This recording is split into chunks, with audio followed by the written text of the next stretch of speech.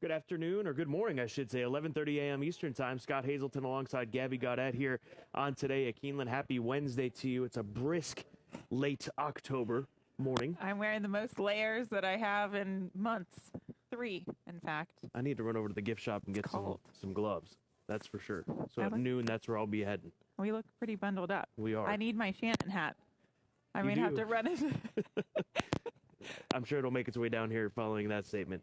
It might. Gabby speaks, she gets taken care of. That's how things roll here at Keeneland. But glad to be back at it. Another 5-day race week here, down to the final 9 days of this race meeting. Don't forget, next week we'll race Wednesday, Thursday, Friday, and Saturday, and then get set up for the Breeders' Cup World Championships on the 4th and 5th of November. So coming down to the final 9, we've got 8 races here today, and today it's the Wednesday Challenge every Wednesday, so 2 more Wednesdays left this meet. Make sure you head over to Handicapping Central, just on the other side of where we sit, on the other side of the grandstand.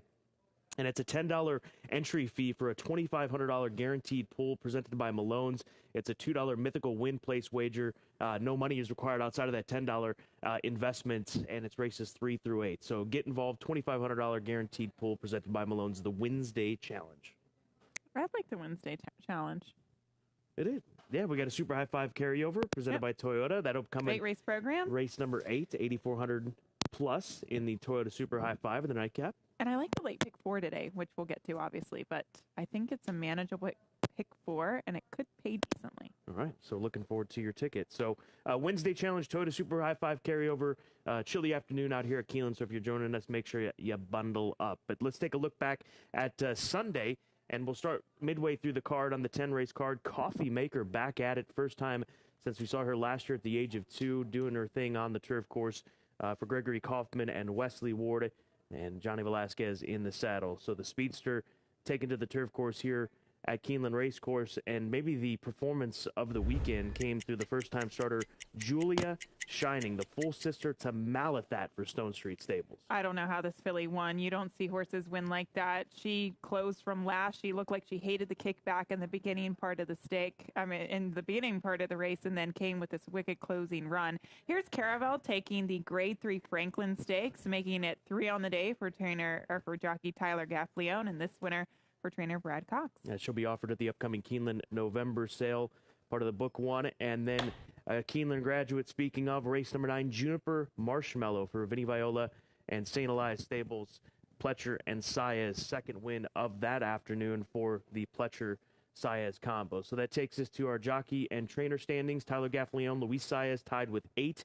Flo off just by 1. Johnny V, 2 back. Joel Rosario sits 3 back, and Todd Pletcher has drawn 2 clear of Brad Cox in the trainer standings. That's pretty crazy. Just considering the horses that he's running, it's not like he's running in claiming races, right? He's running in stakes races, allowance races, and maiden races, and he's accrued 7, whereas I would imagine many of those trainers on the list have started more horses. He is just firing on all cylinders right now. Follow the money, and the money's in Kentucky right now. Mm-hmm. The purses here in the Bluegrass States are crazy good. So pleased to have Todd Pletcher and all of these great barns and horses here at this Keeneland Fall Meet. So before we start taking a look at today's card, let's go to WKYT for today's weather. It's looking like a chillier day out at the track for us, as our temperatures will, at the first post time, be around 48 degrees. That comes with plenty of sunshine, though, around. You'll see the numbers continue to warm up throughout the day, but not by a whole lot. I think we end up in the low to mid 50-degree range, and it's a bit breezy out there, so that could have an impact on your race day festivities as well before we get toward the last post, with temperatures dropping back down into the 40s. Have a great day out there at the track. So bottom line, dress warm. If you're joining us out here for the weekend, though, it's going to be about 30 degrees warmer than it is right now. A little more Indian summer for 2022.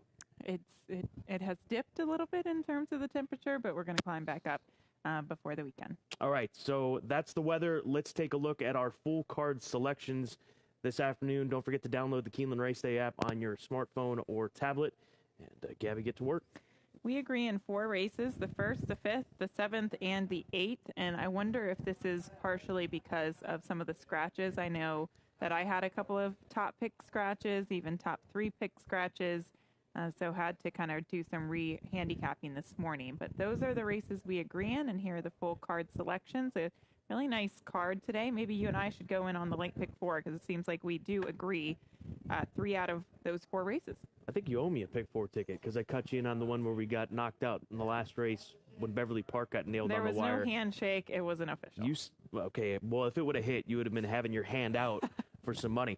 Social media at Keeneland Racing on Twitter, Facebook at Keeneland, Instagram at Keeneland, and make sure you give FanDuel TV a follow as we've transitioned into the FanDuel TV era. Make sure you download the FanDuel Plus app. That's on Roku, Amazon Fire TV, Apple TV. You'll have access to both FanDuel TV and FanDuel Racing, formerly TVG and TVG2. You'll catch Today at Keeneland each and every race day on FanDuel Racing. And there's going to be a lot of stuff that you're going to want to check out on FanDuel Plus leading up to the Breeders' Cup, especially once we get into our breakfast shows, Breeders' Cup breakfast shows, which will begin a week from Friday. Is that right? Mm-hmm. Week from 7 Friday. a.m.? 7 a.m. 7 to 10, yep. It's going to be dark. It will be dark. Yes.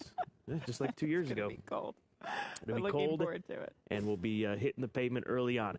Let's take a look at the featured race number 7, allowance condition, a craftily written allowance condition, allowing for a lot of top runners to come at it here today. Hollis and Doc Amster is out. Prevalence, the Commonwealth Stakes winner from not long back in April, is the morning line favorite at 2-1. 3-5, 4-5 post time odds on Prevalence? Yeah, he'll be a heavy favorite, and rightly so, just given his accomplishments, his pedigree, the connections.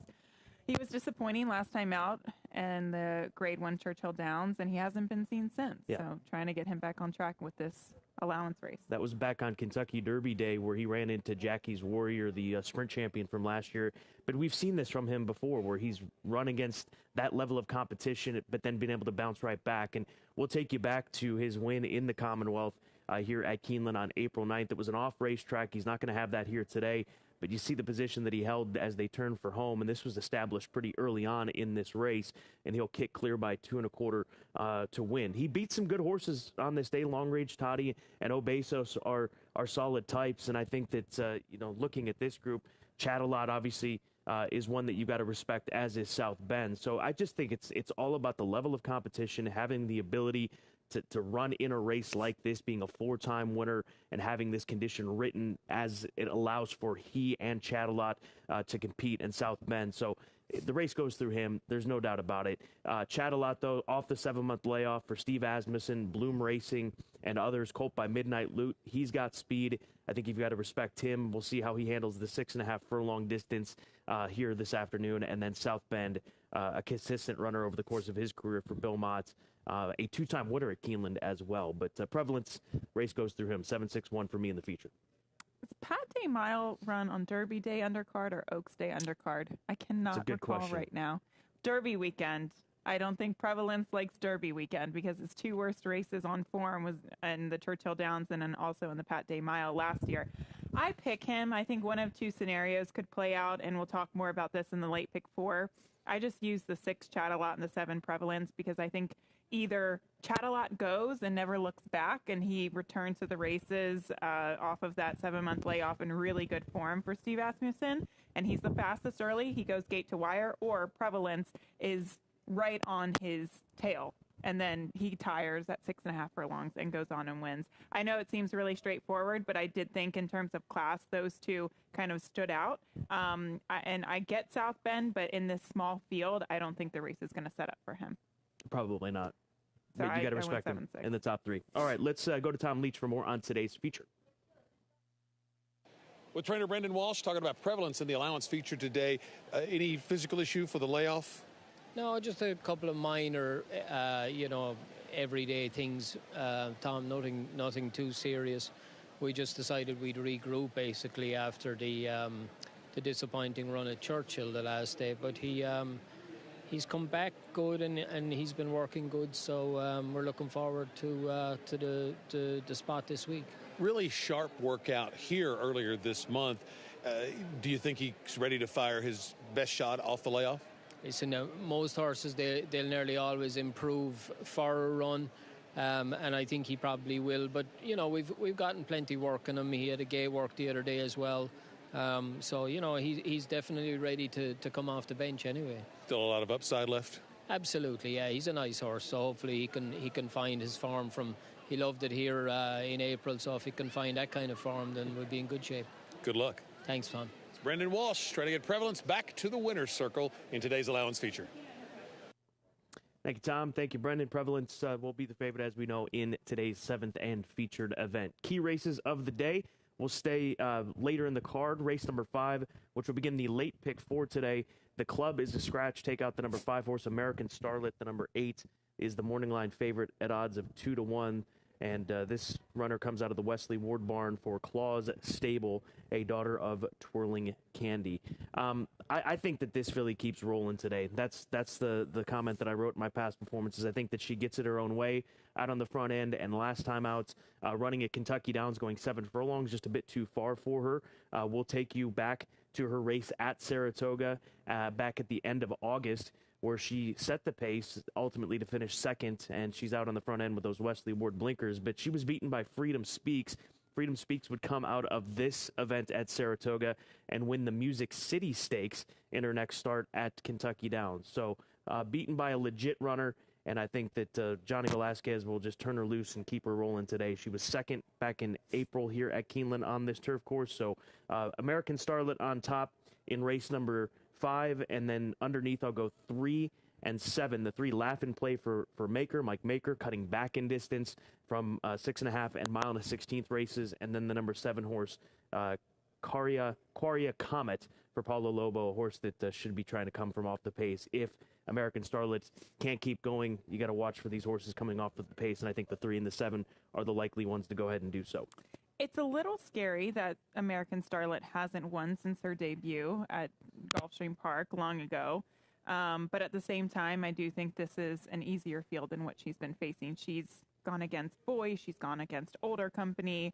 She's really tried it all, even eventual stakes company. So, yeah, I do think that she's a standout. Okay, that's race 5. I'm going to take us a little bit earlier in the card to race 3. As you can see, it's a $32,000 open claiming event, 5.5 furlongs on the main track. And unfortunately, my top selection did scratch. And Magical Peapod was the horse that I did like in here. So had to regroup a little bit. But I still thought that this was a race worth talking about because it's a very competitive field. I thought in the late pick 4, you might be able to find some singles. You might be able to get through the sequence. But the early portion of the card I thought was challenging, and this one being one of them, especially with the scratch, my top selection. Sophia Strong was who I wound up going to. I'm a little bit worried of the 5 Sister Annie just to her outside. These two feel like they have an equal amount of speed. But Perriot's on the number 4, Sophia Strong, we know how good he is, period, but also with speed horses and getting out of the gate. So I think he'll be able to put this filly forwardly placed. I'll use her on top.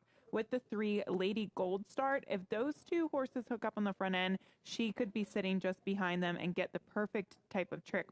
She comes out of Canterbury races, and she has run here in the past, but against a completely different caliber of horse. That was actually against Allowance Company. And then my third selection is going to be the 7 Dulcimer Dame. I kind of played this race, Scott, thinking, okay, if the 4 gets out on the front end, she'll win. If she doesn't, then I want to go with a horse that's stalking and then closing. And that's what you get. You get the speed with the 4, stalking speed with the 3, and closing kick with the 7. Right. So 4, 3, 7, Gabby, race number 3, her top 3 selections. Again, if you miss any of these selections, make sure you download that Keeneland Race Day app. They're there for you each and every day.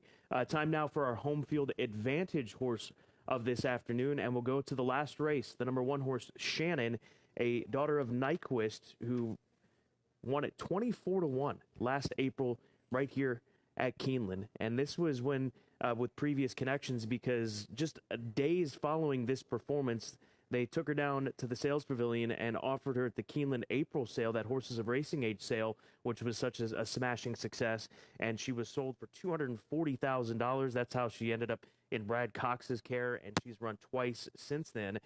She's not going to be 24-1. I guarantee you that in race number 8, but she's 1 for 1 at Keeneland, and hopefully coming back here to this turf course will do her some good. So Shannon is the number 1, in race number 8. And she was a clocker pick, you might remember, from that afternoon as well. So another reason why you got to pay attention to these clocker selections. And that was during a time where the clocker selections were just like firing. Yeah, and they still are, even this meet. But nice pick there later today. Home field advantage, Shannon. We'll see what she can do. Our sales grad spotlight shines in race number 6 on the number 6 horse. That is Cyclone Mischief for the Albaugh family stables in Castleton Lions. A colt by Into Mischief that was purchased last September for $450,000. Good-looking Into Mischief colt out of a Bernardini First Dam. That's quite a cross, and was debuted at Churchill Downs at a mile, so gets to go 2 turns here today. So the grad spotlight in race number 6 on Cyclone Mischief. Joe Talamo will be riding for Dale Romans here this afternoon. What a beautiful horse. I'm glad we showed that. My goodness. He was massive when he went through the sales ring. It's fun to see how they change over the course of a year. Or sometimes don't change. I mean, sometimes the consigners, they really prep the yearlings well, and there's not much change, which is always a good sign. Extra Anejo is an example of that. The $1.3 million horse that won here last week for Winchell Thoroughbreds and Steve Asmussen. We saw the video. Even spoke to some of the connections that had him back when he was younger and said, he hasn't changed much of the course of the year, but he's a stone-cold runner. That's the bottom line. So looking forward to seeing Cyclone Mischief, Keeneland graduate, our spotlight on him in race number 6. Speaking of the Clocker Report, let's take a look at the Wednesday Clocker Report, and we'll stay in that 6th event. The 8 Presider, colt by Connect out of the Cherie DeVoe barn, worked here. Comes off of a narrow defeat in second to start from a tough post-positive rider switch to Luis Saez. But the 48-3 move on the 8th of October is the focus on Presider, the 8 in race 6. And then Prevalence, very sharp gate breeze, has a grade 3 win over the surface rider, stays barn overdue to get on track. I would agree with that. So Prevalence in race number 7, Presider in race number 6. Just quickly, with Julia Shining, the Full de Malathot that won last weekend, was a clocker pick. Full de Malathot, I think, went off at 2-1. Yeah. I was shocked. Well, it was a big field. And that was part of the reason. Still, like, the pedigree, the connections, the Clocker Report, like, that was a missed opportunity. It was. There have been a few missed opportunities this meet. There was another one that you let fall through the cracks a couple weeks back that I don't want to bring that one up. Touted on. And was it Beautifulness? Yeah. Eddie Keneally. That was the one. There's always one. And that just slipped through your hands. Yep. You were wide open in the end zone to score the game-winning touchdown, and that was it. And I let it go right past me. I mean, I never even caught the ball, fumbled it. It just Dwight Clark in the end zone in the Cowboys back in the 70s. I think that's the right reference.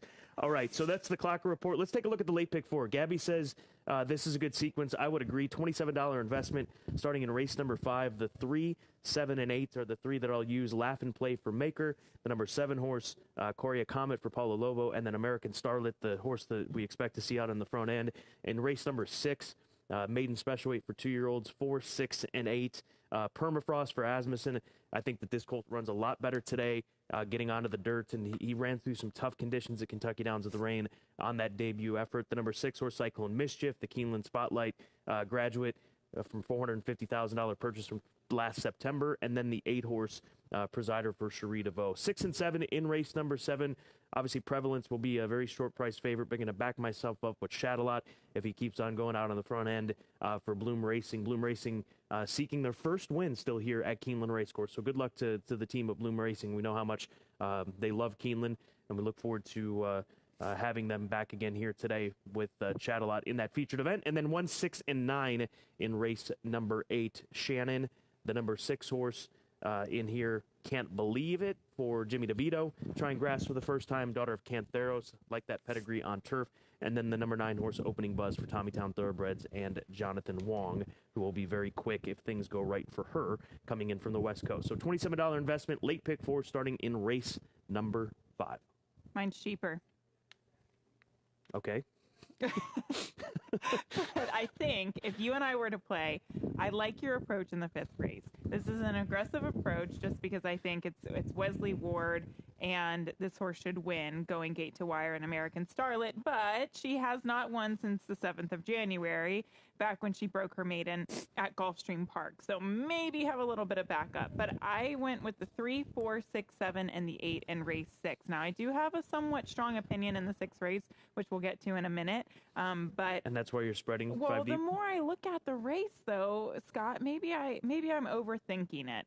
That never happens. I don't. Oh my gosh, I'm the queen of overthinking. But I do like the 6 Cyclone Mischief. We'll talk about him in a little bit, though. Race 7, just the 6 and the 7. Again, I think it's either chat a lot or prevalence.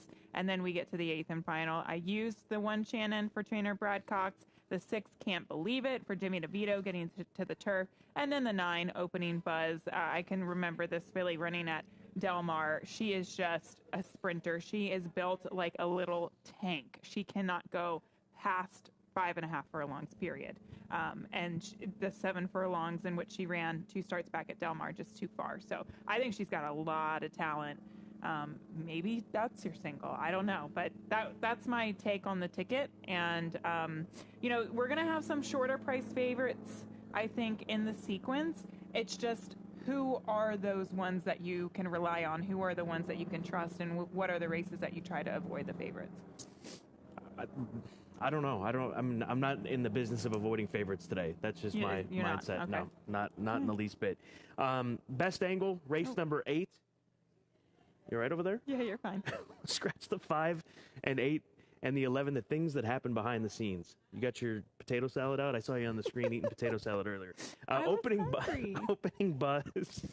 It's a good breakfast. Opening buzz, the 9 is who I've got on top. Gabby's right. 7/8 is too much for her. That's the lone defeat in her career, and that came in the Fleet Treat, which those Calbred filly races always seem to come up tough each and every year. But this is a filly for Jonathan Wong, who won late in August at Del Mar in her most recent start. It was the first time that they ran her on grass. The fractions were insane, too. 21-4, and also 43 and 4 is what she got the half mile in. 55-3, the final time for 5/8. I mean, sometimes you'll see this. It's normally down the hillside turf course at Santa Anita, but when you can run that fast, that's saying something. And this filly comes out here to Kentucky, Calbred filly, running here in this allowance race. California speed, you've got to respect it. I've got her on top in an exacta, a $5 exacta, so it's going to be a $15 play. 9 over 1/8. The 11 scratched actually out of there, so it's 9 over 1/8. That's the idea in race number 8 here at Keeneland Racecourse. And that I think that was also part of that week that Wong had, Jonathan Wong, where didn't he have like 6-7 winners at Del Mar? Like he was on an absolute tear. And even up in Northern California, too, at Golden Gate Field. So, as you pointed out and mentioned, I believe it was last week, Jonathan coming here with a string of horses to run, and it's nice to have him and Tommytown Thoroughbreds in Kentucky. And he had only had one other starter here at Keeneland before the pass, and that was in the 2020 Breeders' Cup. So, really cool to see him come out here with several horses. I think he probably has about 8 or 10. He said a couple were shipping in last week. Okay, I'm going to take us to the 6th race. It's that maiden special weight, 1 mile and a 16th. Cyclone Mischief, your 9-5 favorite. This is my best angle. And I will take you back to this last race. It was going the mile. And do take note, Presider was also in there. But this horse set the tempo on the rail. And one thing to keep in mind, Scott, it did seem like during the September meet, during the fall meet at Churchill Downs, horses were winning from off the pace and making wide runs. Inside speed was not doing very well. So if you are a believer of that, then this horse was against the bias that particular day because he was on the lead, he set those fractions, and then tired very late to set up for an outside closer. Today, I think he goes to the lead. He never looks back. That was a tough race that he comes out of. But I do think Presider, who's also the number 8 horse who comes out of that race, who finished second, he broke awkwardly in that race, and he still ran really well forwardly placed in about the 2-3 path. So if you want to narrow down your ticket in that leg, maybe you could just go 6-8. I also wanted to use the 4 permafrost in my pick 4 just because of the pedigree here and Steve Asmussen just having such a good meet. But my strongest opinion is for sure the 6 Cyclone Mischief against the track bias that day. All right. Lock that in. Let's go to Tom Leach for his long shot play of the day.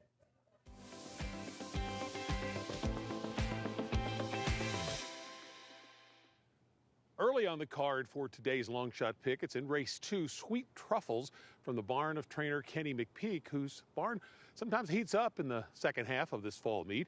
I like the cutback from a longer distance, and this horse was probably on the worst part of the track last time in that race at Churchill. So there could be more in the tank for Sweet Truffles, and hopefully that'll get us a long shot score. Good luck. So the 8 in race 2 for Tom Leach. I've become a long shot in these side bets of the week as Gabby's gone up 2-0 on me in the first 2 weeks. But hey, it's a fresh week.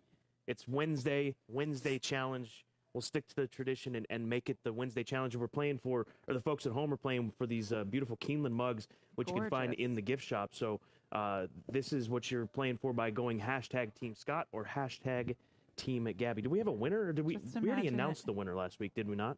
I believe yes, we did. Yeah, we did on Saturday or on Sunday. You had it already wrapped up. A nice cup of coffee, a nice warm mug of hot chocolate with some marshmallows. I'm thinking on a hot top. toddy. How about that with some bourbon and whatever you put in a hot toddy? I don't know. What no, does it even matter? Like where your head's at. Just put bourbon in there, and that's all you need. Like forget the rest of it. But they're beautiful. Or you could fill it up with some potato salad. Yeah, but not unlike the. Or that too. Just make sure you have a fork. Wednesday challenge, and make sure to use that hashtag Team Gabby, hashtag Team Scott, so we can follow along and we can see if you win. All right, you ready? I think so.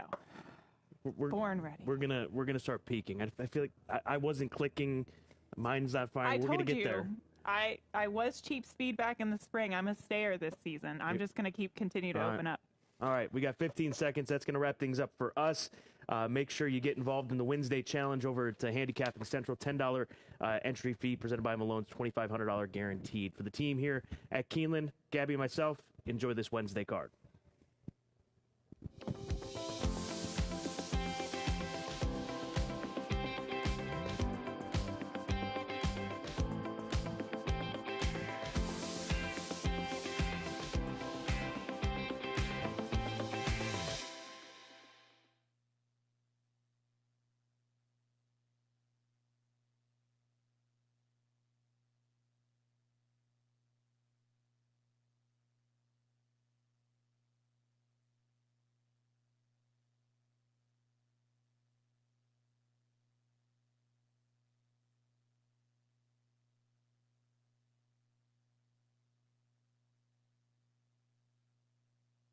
When the thoroughbred world descends upon Lexington this November, there is one place you need to be.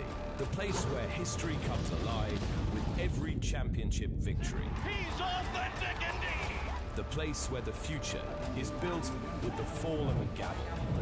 The place that exists to be the heart of this industry. The center of it all. Home to the November breeding stock sale and 2022 Breeders' Cup. Keeneland. This new Toyota Tundra is amazing. It's rugged and capable. Designed, engineered, and built right here in the USA. And Tundra is more powerful and more fuel efficient. The iForce Max hybrid powertrain delivers 437 horsepower. And with the multi-terrain select, no matter what the conditions are, it automatically adjusts the engine throttle and traction. While the crawl control modulates the throttle and brakes. When we say you can go anywhere and do anything, Tundra really means it. Yeah. Toyota. Let's go places.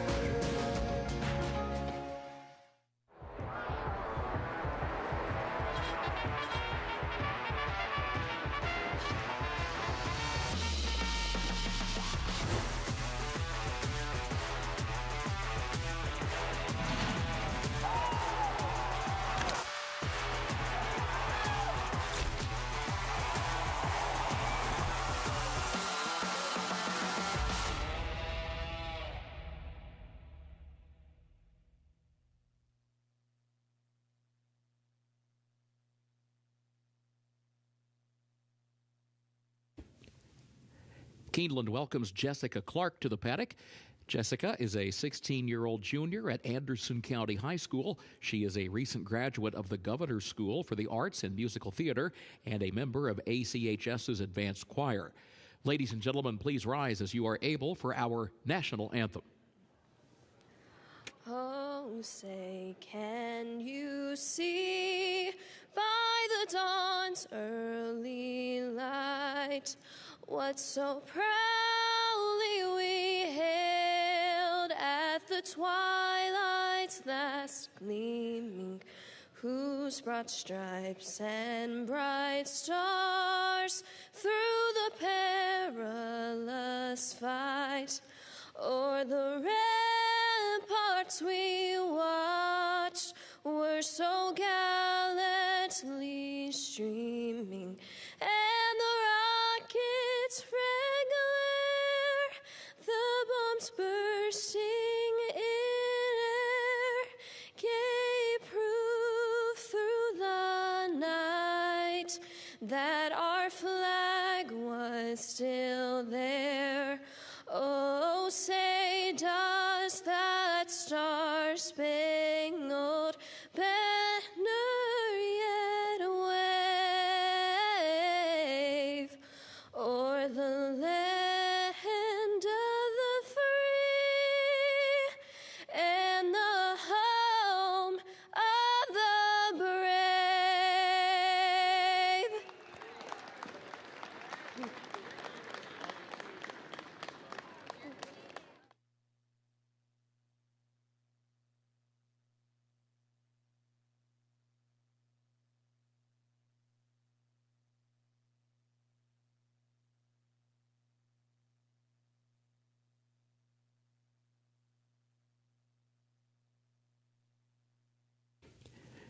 Keeneland is proud to recognize John Urack, a Keeneland pathologist, as the employee of the day. Congratulations, John.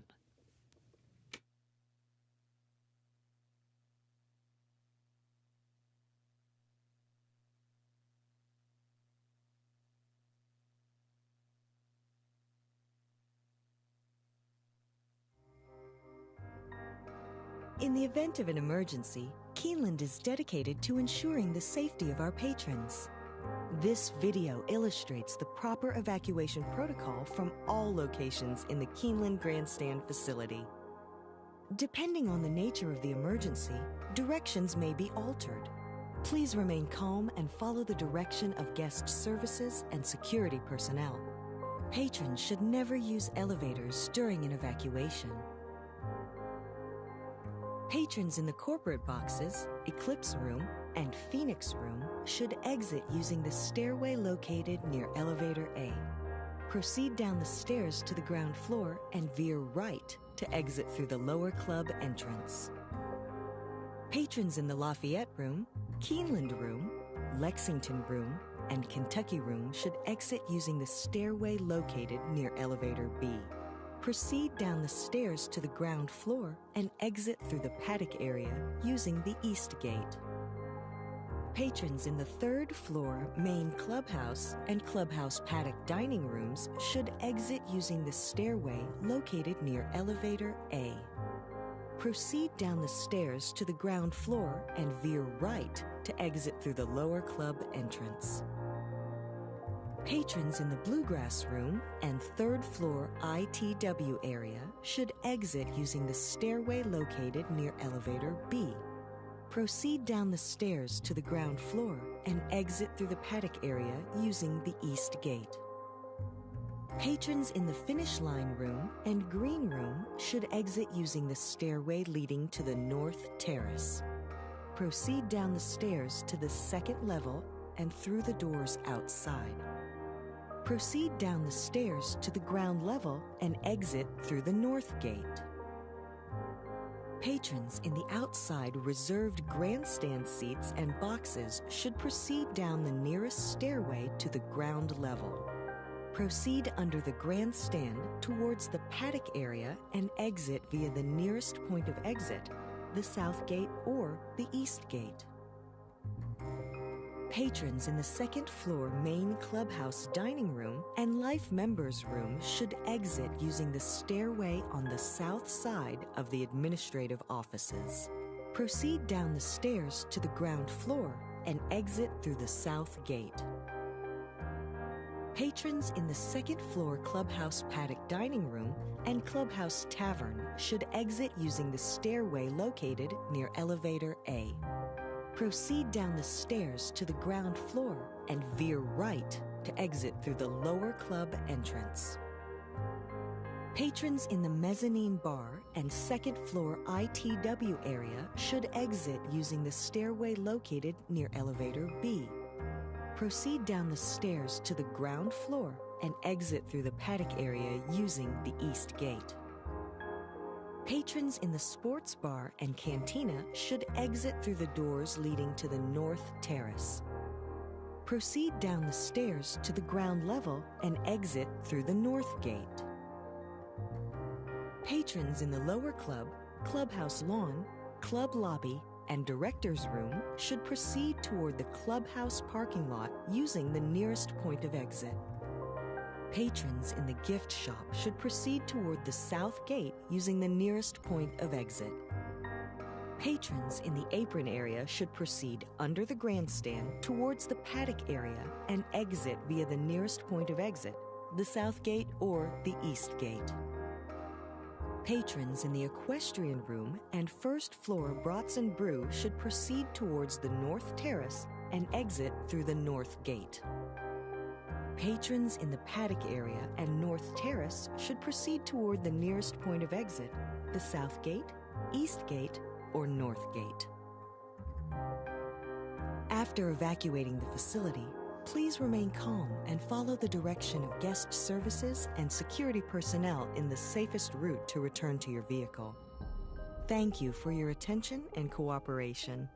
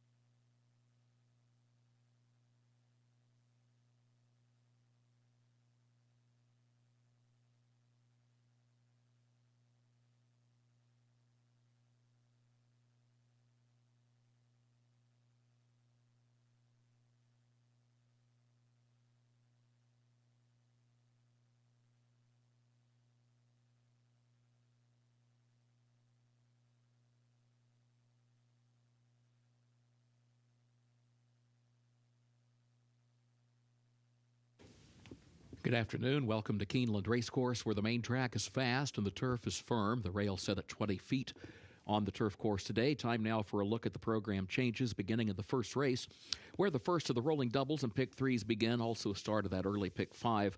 In the opener today, scratch the 2 Command Central. Scratch number 2, Command Central. Second race, start of the early pick 4, scratch the 7, Leave It Be. That's in the second race, scratch number 7, Leave It Be. Third race, start of the pick 6, no carryover, scratch the 8, Magical Peapod. That's in the third race, scratch number 8, Magical Peapod. Fourth race, start of the late pick 5. Scratch number 3, Shack the Life. That's the fourth race, scratch number 3, Shack the Life. Jockey change for the 8, Towing, and that'll be Corey Lannery. Again, a jockey change for the 8, Towing, that'll be Corey Lannery. Wave the Bug, the weight is 121 pounds. Wave the Bug, the weight is 121. Also, please note, contrary to the program, number 8, Towing, is a gelding. Contrary to the program, number 8, Towing, is a gelding. Race 5, start of the late pick 4. Scratch number 5, The Club. Again, scratch number 5, The Club. Overweight, number 9, Morg's World, the jockey 1 pound over. Number 9, Morg's World, the jockey 1 pound over. Sixth race. Scratch the 11, Wrecker Point, the 12, Wicked Secret, as well as all of the also eligibles, 13, 14, 15, and 16. That's in the sixth race. Scratch the 11, Wrecker Point, scratch the 12, Wicked Secret, and also scratch 13 through 16. The featured seventh race, scratch number 3, Hollis, and scratch the 4, Doc Amster. That's in the featured seventh. Scratch number 3, Hollis, and scratch the 4, Doc Amster. As a result of those scratches, no superfecta wager on race 7. Again, no superfecta on race 7.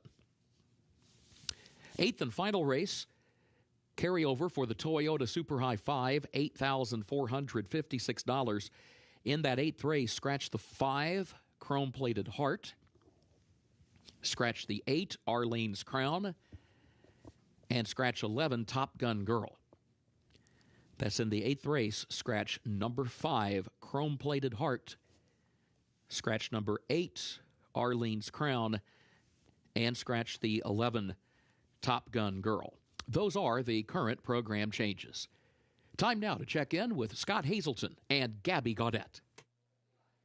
Happy Wednesday to you, Kurt Becker, and for those of you joining us on this brisk October afternoon at Keeneland Racecourse, 8 races ahead of us, Gabby. We got a Toyota Super High 5 carryover in the nightcap. We'll get you that figure in just a moment, but good allowance races here today, including the 7th featured event featuring Prevalence, the Grade 3 Commonwealth winner from last spring. Looking forward to that. And in general, the late pick 4 sequence, I think it's a manageable ticket today. And included in that is the featured 7th race with Prevalence coming back off the shelf. But he's going to have to deliver his A game, because I think Chat-A-Lot is a very nice horse for Steve Asmussen coming in off that layoff as well. But it is a bit quicker. He could go gate to wire. And then the one South Bend, a horse that has a lot of back class. Certainly does. He's made nearly $700,000. He's a 2-time winner here at Keeneland Racecourse. So featured race number 7, $140,000 allowance race at 6.5 furlongs. Post time for today's feature, 4:12 Eastern Time. Toyota Super High 5 carryover in race number 8. That 8th race, a turf sprint, first level allowance condition for the 5.5 furlong turf sprinters. The Toyota Super High 5 carryover, $8,456. Race 1 coming up at the top of the hour.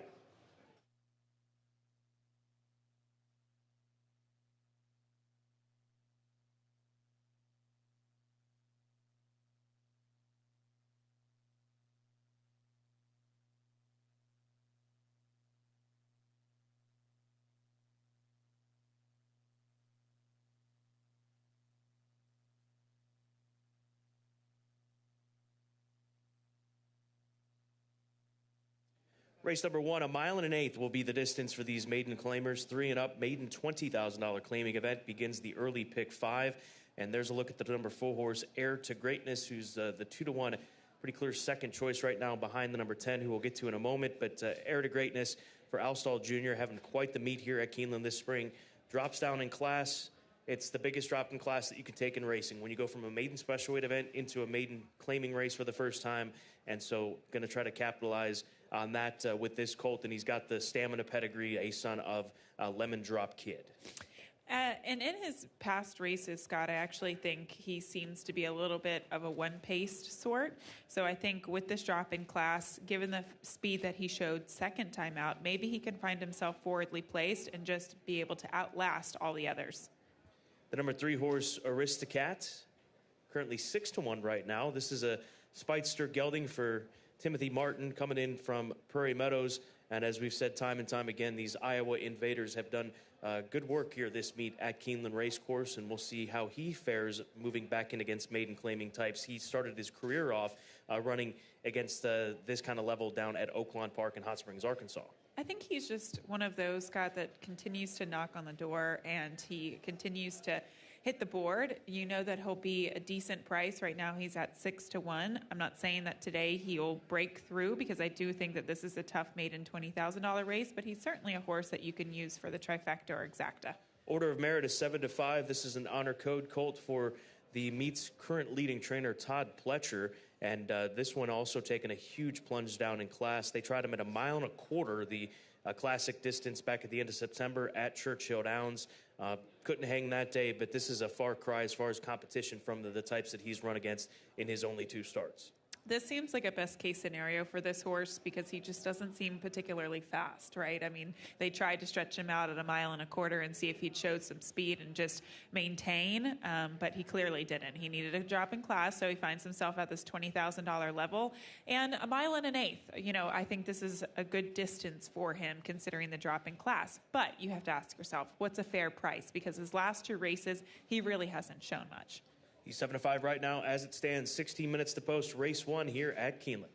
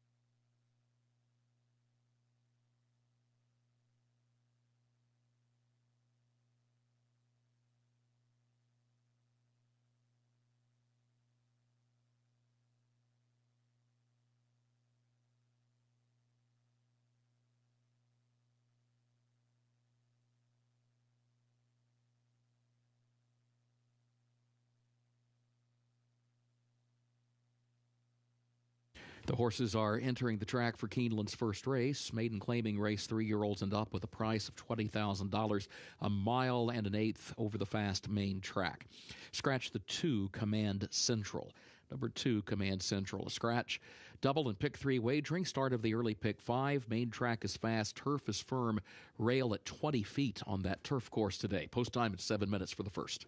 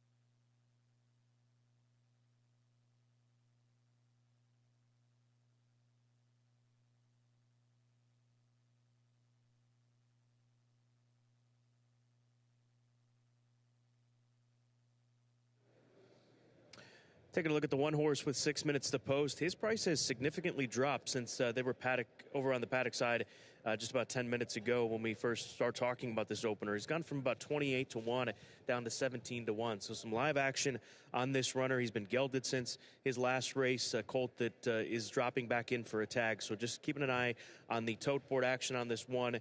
Certainly has taken quite a bit of action over the last few minutes here as we approach post time for the opener. Let's go to the 10-horse order of merit. He's established himself as the favorites as he drops in for a tag. Todd Pletcher, as we've said, has had quite the meet here at Keeneland Racecourse. So 8-5 right now on the 10 as he comes out of that mile and a quarter run at Churchill Downs and drops in for a maiden claiming race for the first time in his career with his ears pricked, warming up under Luis Saez in this instance. 5 minutes away from race number 1 here at Keeneland.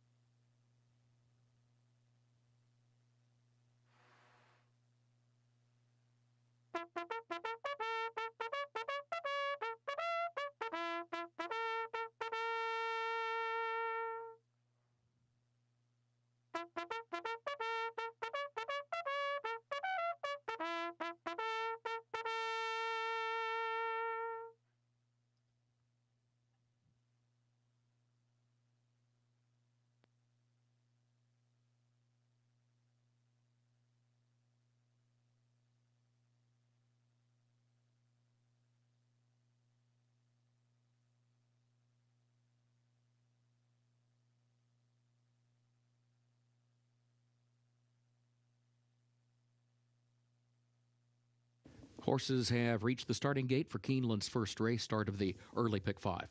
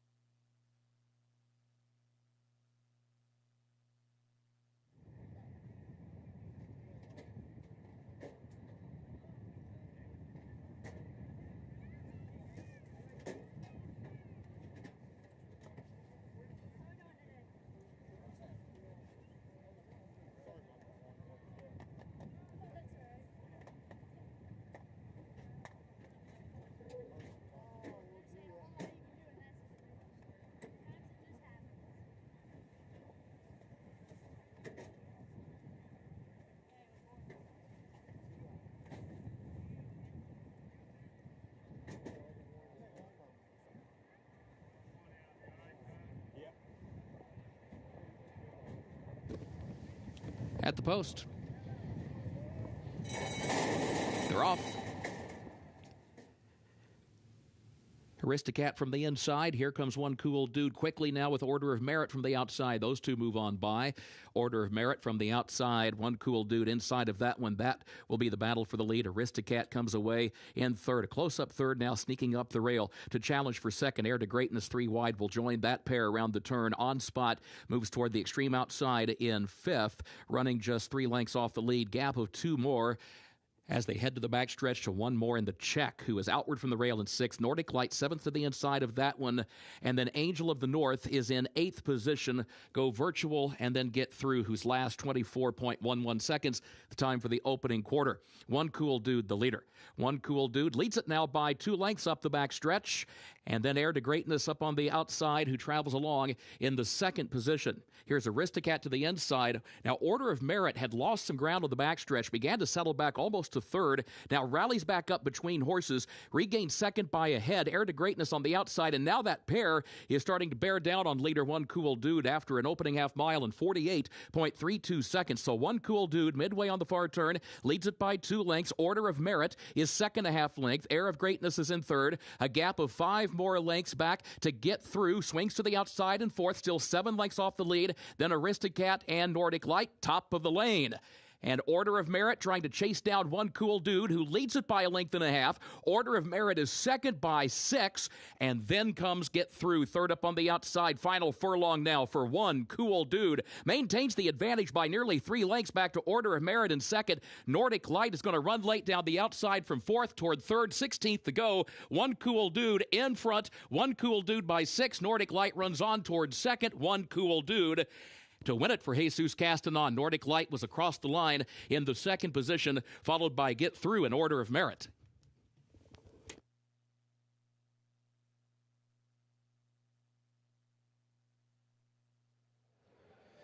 Taking it to him early, One Cool Dude sets the pace. The favorite had every opportunity in the final quarter of a mile to try to run him down, but he starts to get leg weary as One Cool Dude, the son of Mineshaft, kept on going out on the front end at 21-1. In this type of race, Scott, this makes all the difference. If you can make the lead, it completely gives the horse on the lead more confidence, and the opposite for those horses that are chasing behind him. So taking the field gate to wire, 21-1, and it looks like the one, Nordic Light, getting up for second at 25-1. Really nice exacta to kick off today's card.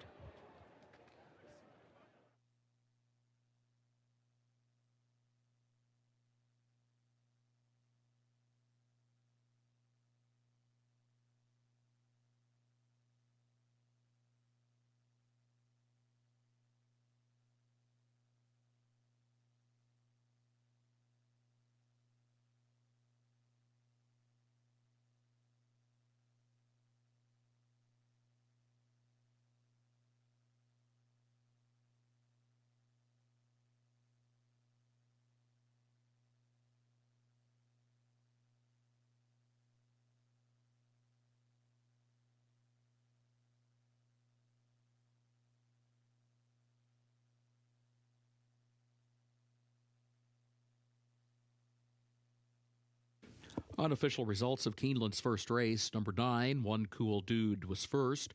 Number 1, Nordic Light, was second. Number 7, Get Through, was third. And number 10, Order of Merit, fourth. 9-1-7-10, unofficial.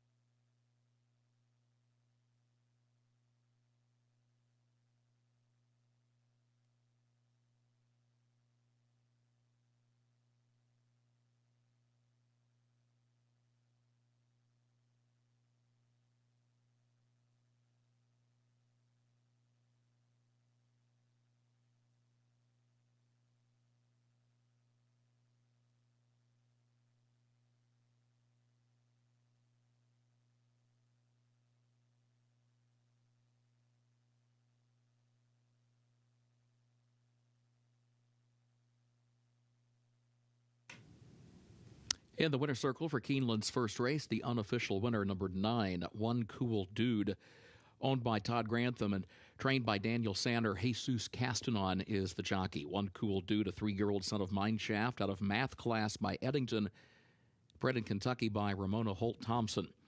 Mile and an eighth over the fast main track, 1 minute 53.53 seconds.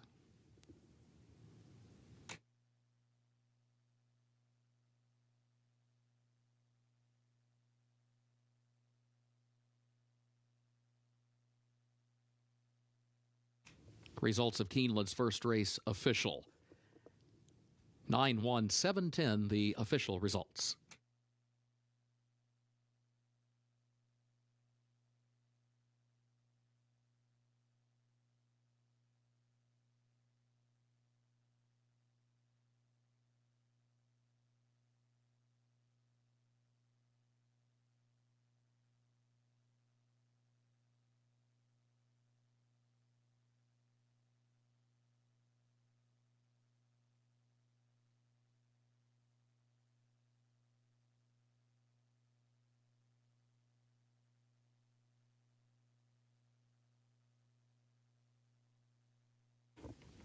Keeneland's second race upcoming.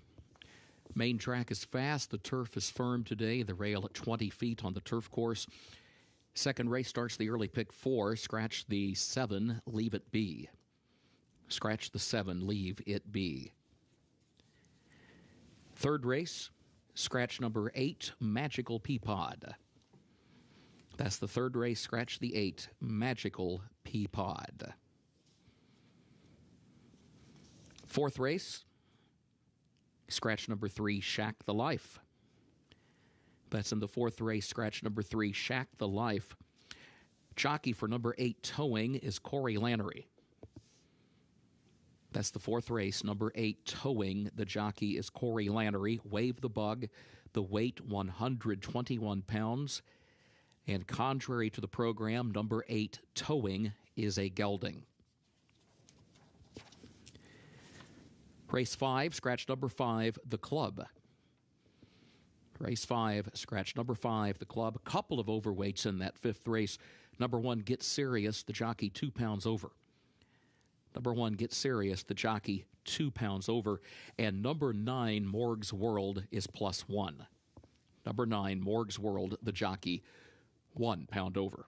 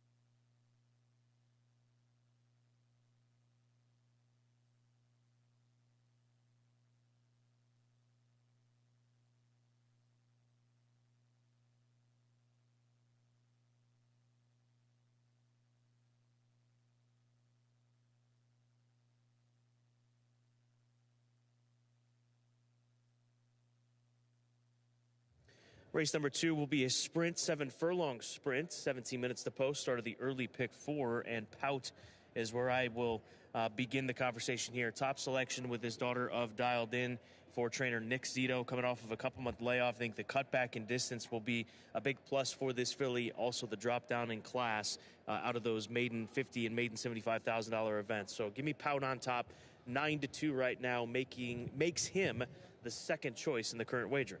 This is a big drop in class, but she also really hasn't raced. She's only raced one time this year, but I do think that the cutback in distance to 7 furlongs will help her. I almost wonder if she wants a little bit shorter, but this is a competitive field of maiden claimers, Scott. I think you can go in many directions, and that is reflected on the tote board right now. Yeah, you're going to Save Grace, the daughter of Super Saver. Blinkers coming off, comes out of a live race, class drops. A lot of changes being made for start 2 of this filly's career. Exactly. It's only her second career start, so there's some upside there. Blinkers coming off, making a couple of changes, but more importantly, look at the horses that she ran against in that debut. The winner came back to win an allowance at Churchill. The second place finisher came back to win sprinting on the turf. There were 3 next out maiden special weight winners in that race, and one of them also included Jag Warrior, who was a recent allowance winner opening weekend at Keeneland. It was a very productive race. Let's go to the 8-horse Sweet Truffles. She has shown some ability in her last couple of starts, sitting forward. She'll cut back in distance. I'm hoping that the cut back in distance will be a positive move for this filly out of those 2-turn races between Churchill and the 1.5-turn mile event at Ellis Park. So it's a cutback scenario for her, for me to go in that direction out of those maiden 30s. She's not taking the drop that these other fillies are, so the cutback is going to have to work for her. Yeah, the cutback will have to work for her, but I think it should. She's a filly that showed some speed going a mile, 3 starts back. Even her last 3 races, Scott, she has been forwardly placed, which I think is encouraging at this distance. Tyrona, the number 1 horse, daughter of Keen Ice, first time in for a tag. You got Tyler Gaffleone in the saddle. She's the 2-1 favorite right now. Blinkers being added. Again, so many changes to take note of when you're dealing with class levels like this, and this really is having a lot of those thrown at her here today, making her the favorite. Well, I mentioned Jag Warrior, right? She actually ran in that race that Save Grace comes out of. Jag Warrior, the winner of this maiden special weight that Tyrona comes out of, she would go on to win an allowance race via DQ. And she has to work out a trip from that rail post position, but her figures are fast enough, Scott. And I agree that she should be the favorite at 2-1. Backstreet Affair, the number 2 horse, the California-bred filly, daughter of Grayson, second run for her here in Kentucky. She was with Andy Mathis this past summer at Del Mar. Andy Mathis had a heck of a Del Mar meet back just a few months ago, and this filly didn't run all that well, but she, I think, deserves a second look here today versus this group. She gets a mulligan because she lost the rider late in that event where she was actually in a solid spot early on. So we'll see what Florent Giroux is able to do with the Cal-bred filly Backstreet Affair.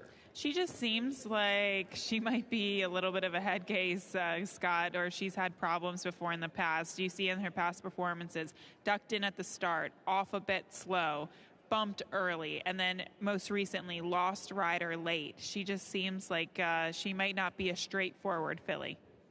Somebody Loves Me, the 5 for Brendan Walsh, more than ready filly, second time, actually third time that she'll be running for a claiming price, and those most recent start was for $75,000, so we'll see how she does going 7/8 today. She was beaten 15 lengths in that most recent effort back on the 28th of September. Yeah, she comes out of a race where the winner was a first-time starter coming out of the Eddie Keneally barn. She was the favorite in that event. This filly was up on the lead and then faded to finish 4th behind that runaway winner. I do think that not only is this a drop in class, it's a big drop in class considering the quality of the group she faced last time out at the maiden $75,000 level. Maiden 30 claimers going 7/8 on the main track. Early pick 4 at Keeneland starts in 13 minutes.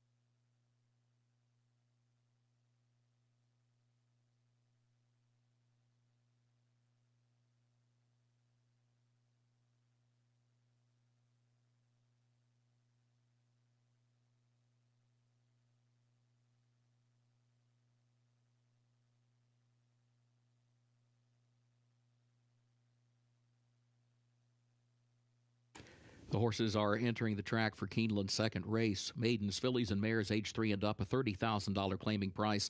7 furlongs over the fast main track. Scratch number 7, Leave It Be. Again, scratch the 7, Leave It Be. Double pick 3, early pick 4 wagering. Main track is fast, turf is firm, rail at 20 feet on the turf course. Post time 5 minutes away on race 2.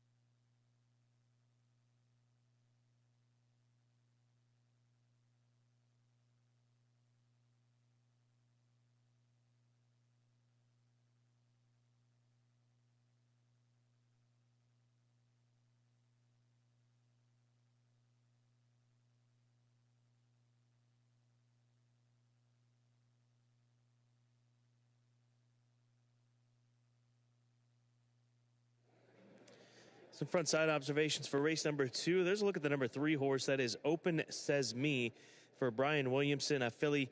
Has been training over at Churchill Downs. She put together a solid effort at the level last time out for maiden 30 and was second that day. Like the way that she looks, 14-1, good price on a filly that if she can repeat that most recent start should be within striking range of trying to be able to at least pick up a piece of this race here today. The number 5 horse, Somebody Loves Me for Brendan Walsh. Good-looking filly for this barn. Maribeth Sanford is the owner and breeder of the Daughter of More Than Ready, but just like the dapples, well dappled out chestnut filly.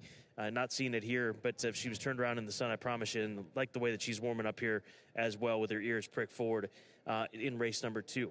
The 8 horse, Sweet Truffles, Tom Leach's long shot pick of the day. She's feeling good out in the cold weather here at Keeneland Racecourse. This is a filly for Kenny McPeak that currently sits at odds of 7-1 on the tote board. So we saw an upset in the opener, some big payoffs. How about the dime superfecta in that first race? Over $1,000. So you just never know. And good luck here in race number 2. Less than 3 minutes to get those wagers in.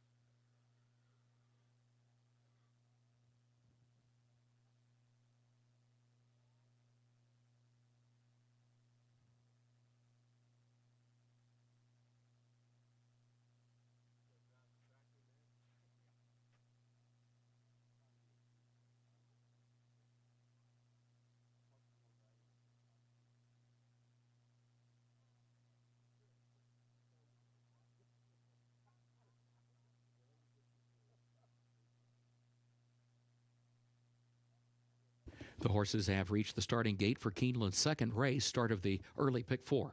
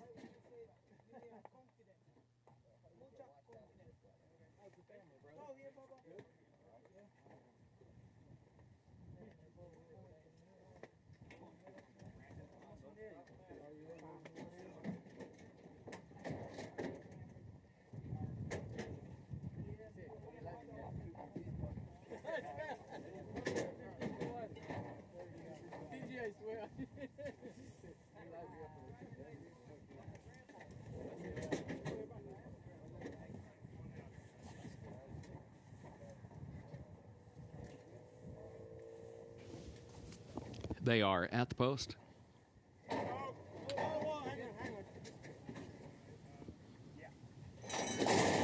And they're off.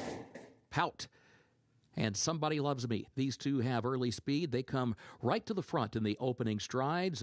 Here comes Tyrona kicking in down toward the inside, moving up third. Agruda is up close in fourth. Pout is the leader. Somebody Loves Me, Agruda, Tyrona back toward the inside as they head up the back stretch. Sweet Truffles is in between horses toward the outside fifth. Dogwood's Millie Jane, Extreme Outside is in sixth. Save Grace is seventh as they head for the far turn. Backstreet Affair, and then Open Says Me, who tries to squeeze up the rail from last. 23.37 seconds was the time for the opening quarter. Pout is the leader by a half length. Somebody Loves Me second onto the turn by a length and a half. Tyrona goes third a half length. Agruda fourth between horses a half length. Dogwood's Millie Jane is fifth on the outside around the far turn, a couple of lanes off the rail, and then Save Grace, Open Says Me, Sweet Truffles next to last. Backstreet Affair is last, just over a quarter mile to go. Pout and Somebody Loves Me going at it for the top spot. They're stride for stride off the far turn. Then a gap of 5. Save Grace is in third. Tyrona is fourth. Now Save Grace is switching lanes to the outside for clear running, 3 lengths back of the front pair, but coming down the center of the track. Here is Save Grace at the 8th pole, running up alongside of Somebody Loves Me and running by Somebody Loves Me. Save Grace, Vince Chaminade to the front, and Save Grace will win it. Somebody Loves Me was home second. Pout across the line third. Agruda was fourth.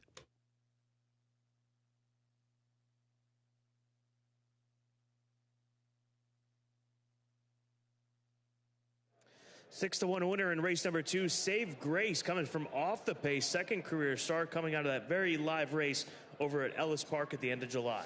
That's right, Scott. That race produced 3 next out maiden special weight winners and now 4 next out maiden winners. Save Grace getting the victory today. It didn't look like she had a shot at the top of the stretch, but the speed faded and she had so much left in the tank under Vince Chaminade. She gets up for the victory at odds of 6-1. It's going to be 6-5-9 unofficially across the board.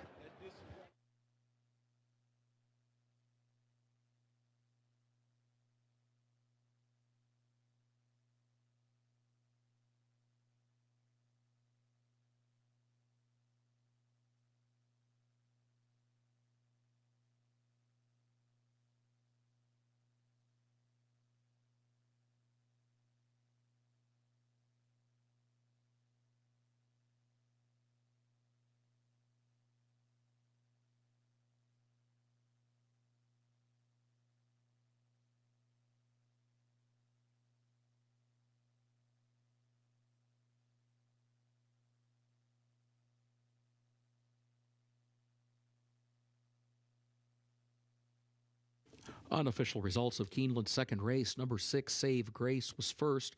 Number 5, Somebody Loves Me, second. Number 9, Pout, was third. number 4, Agruda fourth. 6-5-9-4 unofficial.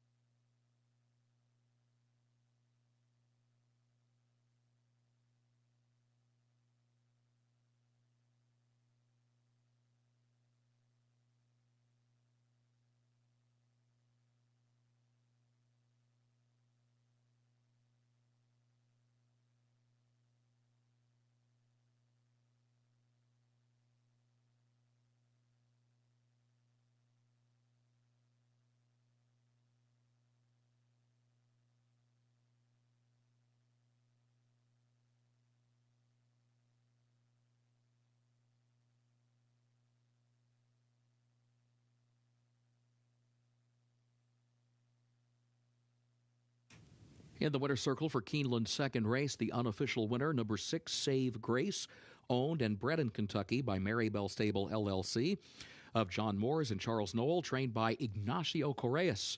Vince Chaminade, the jockey. Save Grace, 3-year-old filly by Super Saver out of Boblet by Unbridled Song. 7 furlongs, 1 minute 25.49 seconds, and the results are now official for Keeneland's second race. 6-5-9-4, the official results.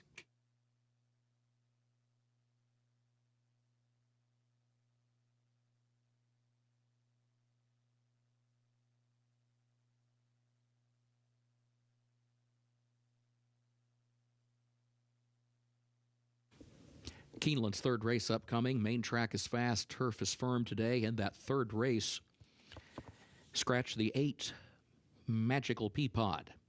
The upcoming third race, scratch the 8, Magical Peapod. Fourth race, scratch number 3, Shack the Life. That's the fourth race, scratch number 3, Shack the Life. A reminder, the jockey for the 8, Towing, is Corey Lannery. That's the fourth race, the jockey for the 8, Towing, Corey Lannery. Wave the Bug, the weight will be 121 pounds. And a reminder, number 8, Towing, is a gelding. Contrary to the program, number 8, Towing, is a gelding. Race 5, scratch number 5, the Club. That's race 5, scratch number 5, the Club. Overweights, the 1 Gets Serious, the jockey 2 pounds over. And number 9, Morg's World, the jockey is 1 pound over. Rail at 20 feet on the turf course today. Also looking ahead to race 6, a late jockey change in today's 6th at Keeneland. The jockey for number 9, Spencer's Boy Luna, Alex Ashard. 6th race, jockey for the 9, Spencer's Boy Luna, Alex Ashard.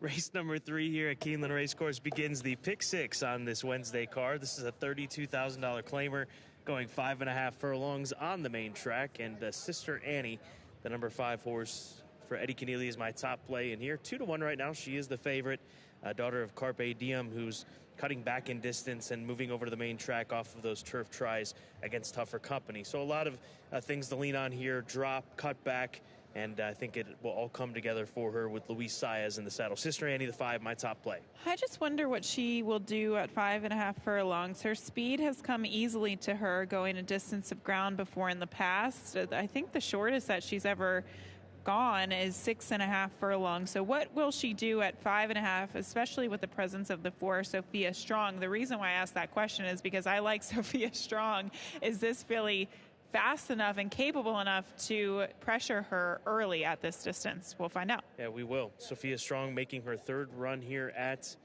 Keeneland Racecourse, the number 4 filly, who is currently sitting at 14-1. There she is. She won't be hard to find. Gray daughter of Strong Mandate. So, yeah, like you said, I think it's just a question of her class. So there's no doubt that she's a solid racehorse. She's won 3 of 11 over the course of her career and had a good year. She's had a career year thus far, winning 3 of 9. But these claiming races, we've seen horses from all over the country win, from Belterra, Indiana, Ohio, wherever they may be coming from. And I think that might be the case for the 4, Sophia Strong. With Perry Utes in the saddle, I think she may be able to make the lead. And when she avoids allowance company, she can be very productive. She broke her maiden against $15,000 claimers by 10 lengths. She won against $20,000 claimers on the turf last time out. So she does have, in terms of where she's won, has some versatility. She's won on the dirt, turf, and synthetic. I like her. I think she has a little bit more class than you give her credit for. And the betting public, she is the longest price on the board right now at 14-1. I don't think she deserves to be that high. Lady Goldstart is the 3rd choice. She's 3-1. That's the number 3 for Ian Wilkes, a filly that comes over from Canterbury, comes down, I should say, up in Minnesota is where she's been running some of the summer. It's been a couple of months since we've seen her run, but this feels like the right level for her to come down from Canterbury and compete here at Keeneland Racecourse, dropping in for $32,000. The last time she was here at Keeneland, she faced Allowance Company when she was 2 years old, and she had to go against a very tough field that day, and she had a troubled trip. So good to see her back here in Lexington, Kentucky, and I think she might be able to sit the right trip behind the 4, Sophia Strong, and potentially the 5, Sister Annie, if she's fast enough to press the pace. Lady Goldstart's going to sit the right type of trip and stalking.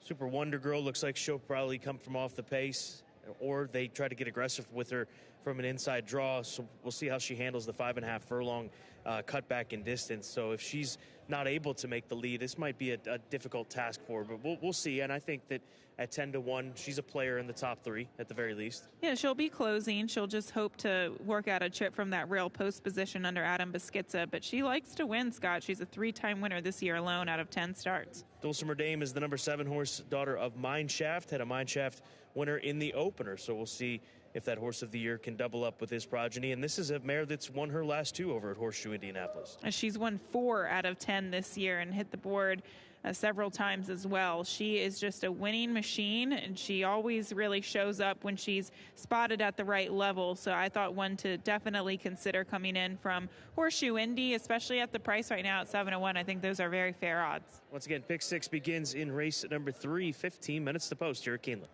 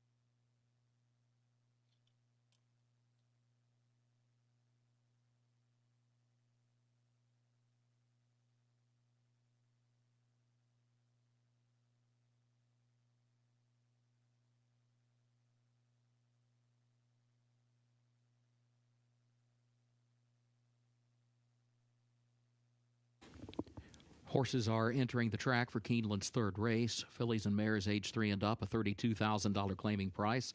5.5 furlongs over the fast main track. Double and pick 3 wagering. Start of the pick 6.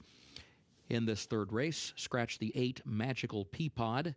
Scratch number 8 Magical Peapod. Post time is coming up in just 7 minutes. A reminder, the main track fast turf firm. The rail is at 20 feet on the turf course today. Since this does begin the pick 6, looking ahead, recapping the upcoming changes. In the fourth race, a reminder, scratch number 3, Shack the Life. That's the fourth race, scratch the 3, Shack the Life. A reminder that the jockey for the 8 towing will be Corey Lannery, the weight 121.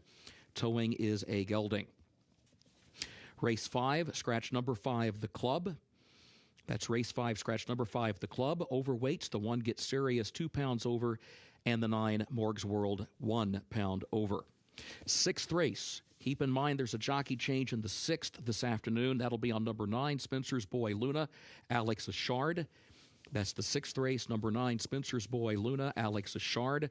Scratch 11, Wrecker Point, 12, Wicked Secret, as well as 13 through 16. That's all in the 6th race. Scratch the 11, Wrecker Point, 12, Wicked Secret, as well as 13 through 16. Featured 7th race. Scratch the 3, Hollis, and scratch the 4, Doc Amster. That's the featured 7th race. Scratch 3, Hollis, scratch 4, Doc Amster, no superfecta on the 7th. 8th and final race. Scratch the 5, Chrome-Plated Heart, scratch the 8, Arlene's Crown, and the 11, Top Gun Girl.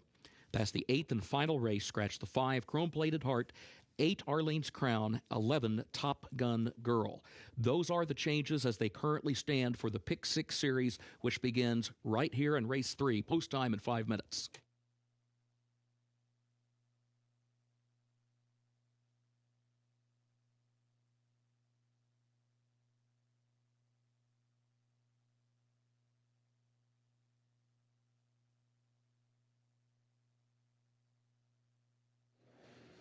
Taking a look at Tipsy Gal, the number 2 horse, 9-2 right now. She's getting some class relief. They dropped her in for 50 last time out back in September at Churchill Downs. But this is a filly that has run against some good company over the course of her career, including a couple of attempts against stakes winners such as Sconson and Baroness. Yeah, this is a very tough race, Scott, so you kind of have to pay attention to how these horses look on track to maybe get a clearer picture. And this mare, she just looked very strong, very happy and healthy, a filly or mare that was on her toes as well. Just a lot of good signs from this mare dropping in class for trainer Dallas Seward, second start off the layoff. 6-horse Music City Star for trainer Christopher Davis, daughter of Tapiture. Chris just saying that if this filly makes the lead, she'll be tough. So hopefully she can find that gate speed here today. And she's a good price at 8-1. You know, I thought she looked like one of the nicest fillies on the track. This is a huge class relief from when she was last on the dirt. She was facing Stakes Company. She just looks like a filly that's on her toes, looks very fast. Now, what is the pace scenario going to look like? I don't know. The 5 is fast, the 4 is fast, and now from looking at the 6, she could also show speed. Could be a quick one early on. 5 minutes to post. Race 3 here at Keeneland.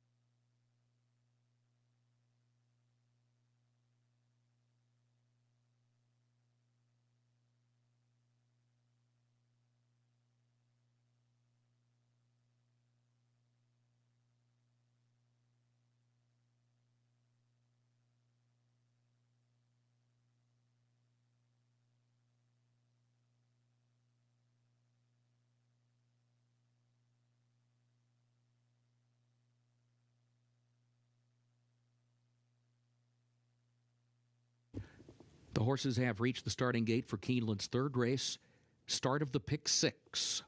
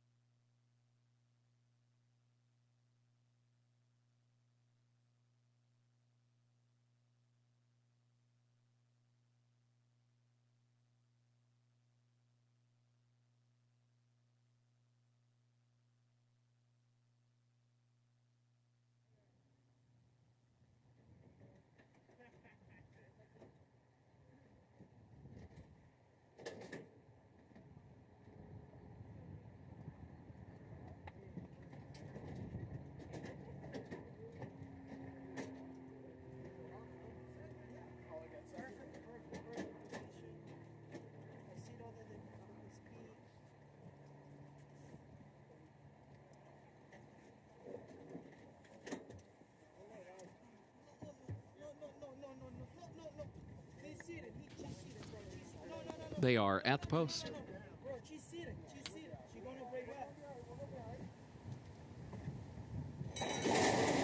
And they're off. Beachside Bunny off a step slowly. There goes Sophia Strong. Sophia Strong right out for the lead. Lady Gold Start comes away in second. Sister Annie is away running in third. Music City Star comes out in fourth. Dulcimer Dame is fifth up on the outside. Beachside Bunny, after that slow start, moves up 2 positions into sixth on the outside. Now between horses as they enter the far turn. Super Wonder Girl seventh to her inside. Tipsy Gal is last of the 8. Opening quarter 22.38 seconds. Midway on the far turn, Sophia Strong leading Sister Annie by a neck. Music City Star is third, a length and a half off the front pair, angles toward the outside. Dulcimer Dame swings out to the center of the racetrack. Lady Gold Start looks toward the inside. Beachside Bunny is toward the center of the racetrack. It's still wide open. Lady Gold Start needs room to the inside. Sophia Strong is still in front and leads it by a length. Sister Annie tries to draw alongside. Lady Gold Start looks for room in between that pair. Lady Gold Start moves up between horses, puts ahead in front. Sister Annie is second on her outside. Lady Gold Start, Ricardo Santana Jr., nifty move down the stretch to win it. Sister Annie was home in second position. Music City Star was third, close for fourth.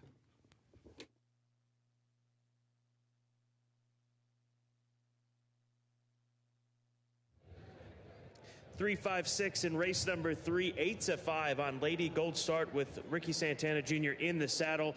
She wanted to get into that hole that she had presented in front of her, and she showed a lot of gameness in doing so and looked like she's going to be a tough to beat at this stage of the game with that willingness to get up there in between horses. Yeah, this was a gutsy ride by Ricardo Santana Jr., but he also had the filly to get him through that very tight space. Sometimes that can be very intimidating for horses at any level to go through a small gap like that, but she did it, and that proved to be the right move. Getting up to win at 8-5, we see the number 5 horse finishing a close second, Sister Annie at 9-2. It's going to be 3, 5, 6 unofficially for race 3.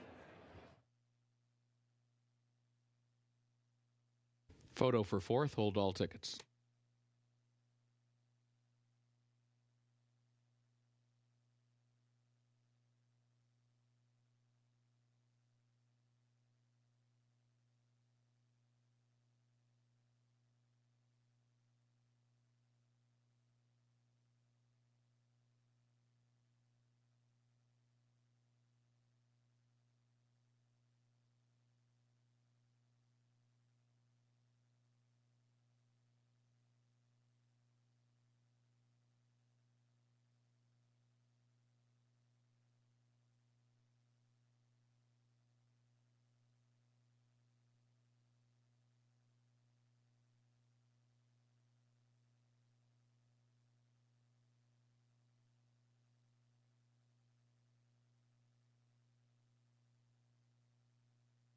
Unofficial results of Keeneland's third race. Number 3, Lady Gold Start, was first. Number 5, Sister Annie, was second. Number 6, Music City Star, third. Number 1, Super Wonder Girl, fourth. 3, 5, 6, 1, unofficial.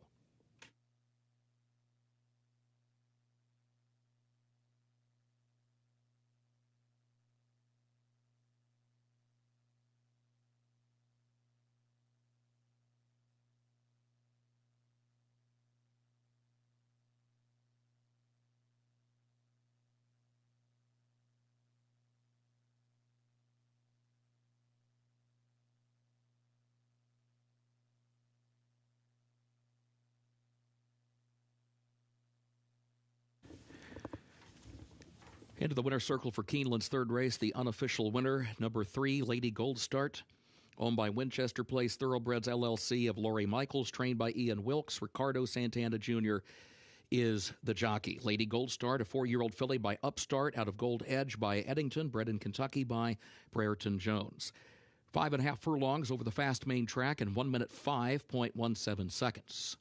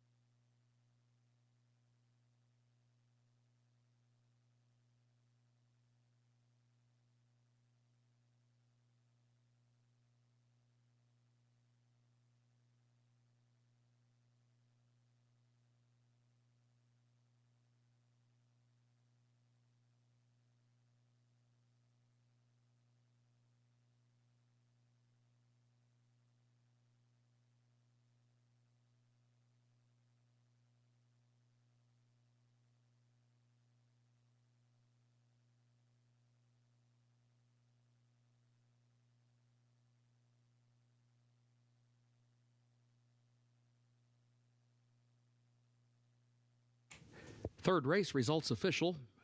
3, 5, 6, 1 official results for Keeneland's third event.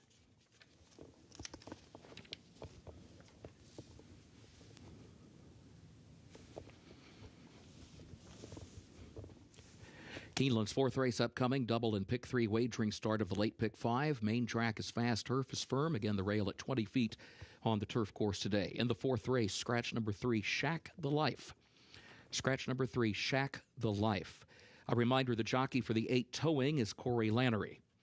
Number 8 towing, Corey Lannery, the jockey. Wave the Bug, the weight 121 pounds. Contrary to the program, number 8 towing is a gelding. Number 8 towing is a gelding. Race 5, scratch number 5, the club. Race 5, scratch number 5, the club. Overweights, the 1 Get Serious, the jockey 2 pounds over. Number 9, Morg's World, the jockey 1 pound over. Sixth race, scratch 11, Wrecker Point, scratch the 12, Wicked Secret, and also scratch the also eligibles 13 through 16. That's in the sixth race, scratch the 11, Wrecker Point, the 12, Wicked Secret, as well as 13 through 16. A reminder, the jockey for the 9, Spencer's Boy Luna, Alex Ashard. 9, Spencer's Boy Luna, Alex Ashard, the jockey. Seventh race, the featured 7th, scratch number 3, Hollis, scratch number 4, Doc Amster. It's the featured 7th race, scratch number 3, Hollis, scratch number 4, Doc Amster. No superfecta on race 7. No superfecta on the 7th race. Eighth and final event, scratch the 5, Chrome-Plated Heart, scratch number 8, Arlene's Crown, and scratch the 11, Top Gun Girl. Eighth and final race, scratch number 5, Chrome-Plated Heart, scratch the 8, Arlene's Crown, and scratch the 11, Top Gun Girl.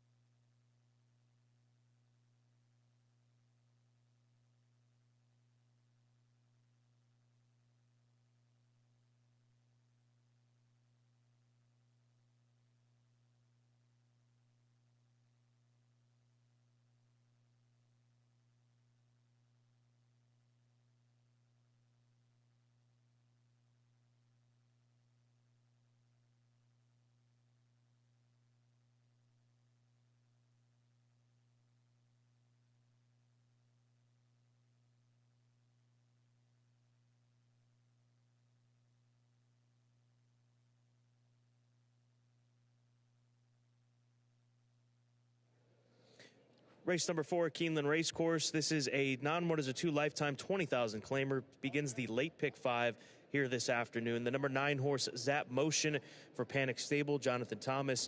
A big class drop. Actually, the second time that we're seeing this horse run this meet. Just ran 11 days ago in a first level allowance race. Showed a little bit of speed and then was ultimately beaten a dozen lengths in that race. So if he can be as sharp away from the gate and have that position, I think that this competition will be a lot friendlier to him as an end result. And that's why he's 8-5 dropping in class here with Luis Saez in the saddle. This is just the right spot for this horse. He went against Allowance Optional Claiming Company at Colonial and at Monmouth and met easier fields in those races. This time of year moving forward, Scott, allowance races only get tougher. He was 20-1 in that first level allowance race last time out. This is just a logical drop to 20. And it does seem like he has some early speed, so he'll be able to probably work out the right type of trip being forwardly placed.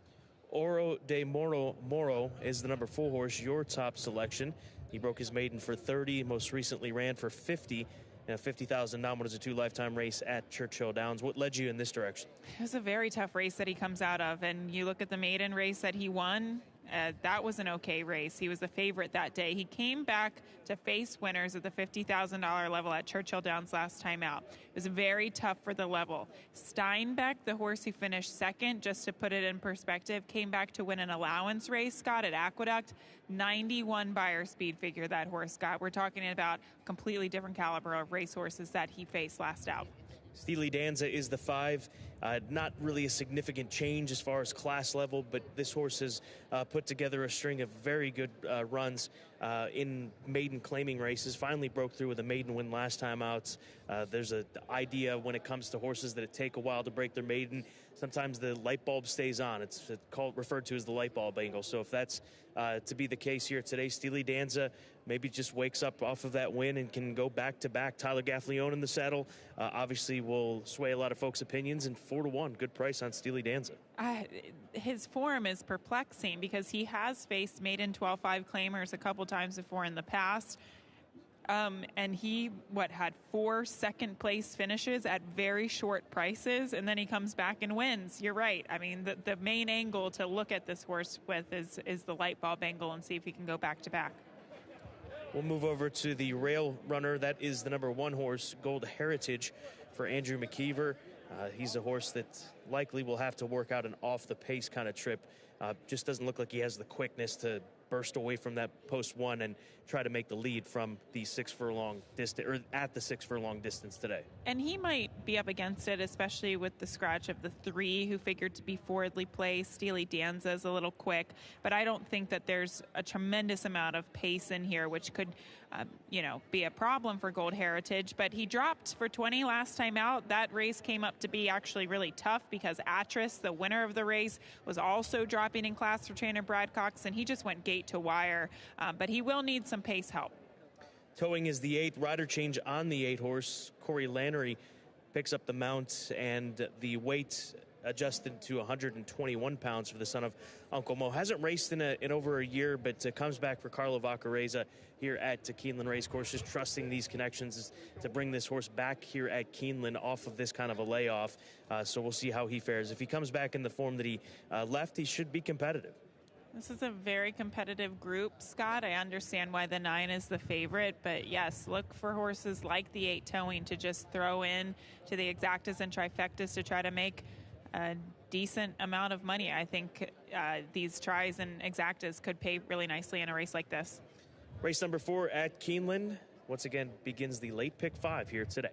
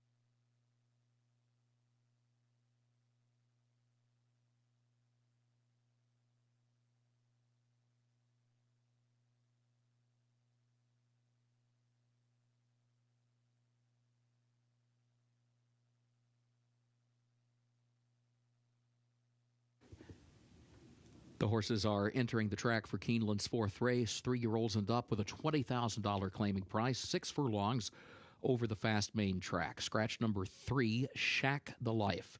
Again, scratch number 3, Shack the Life. A reminder, the jockey for the 8 towing, Corey Lannery, will ride number 8 towing. Corey Lannery, the jockey, waved the bug. The weight, 121 pounds. And a reminder, contrary to the program, number 8 towing is a gelding. Double and pick 3 wagering, start of the late pick 5, main track fast, turf firm, rail at 20 feet on the turf course, post time at 6 minutes for race 4.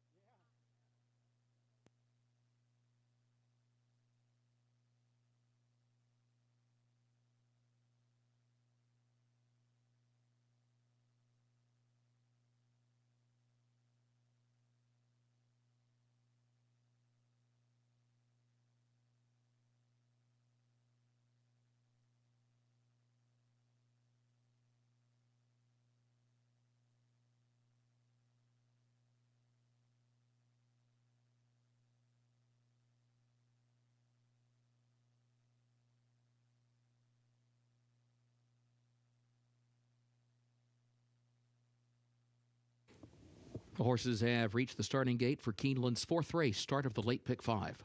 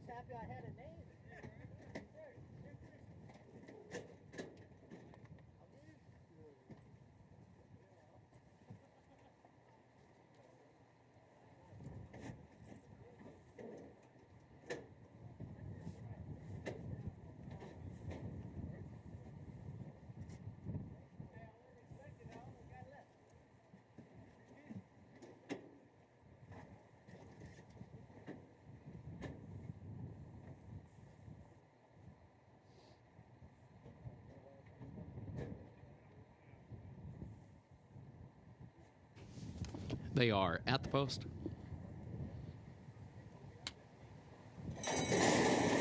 And they're off. There goes Towing right out for the early lead.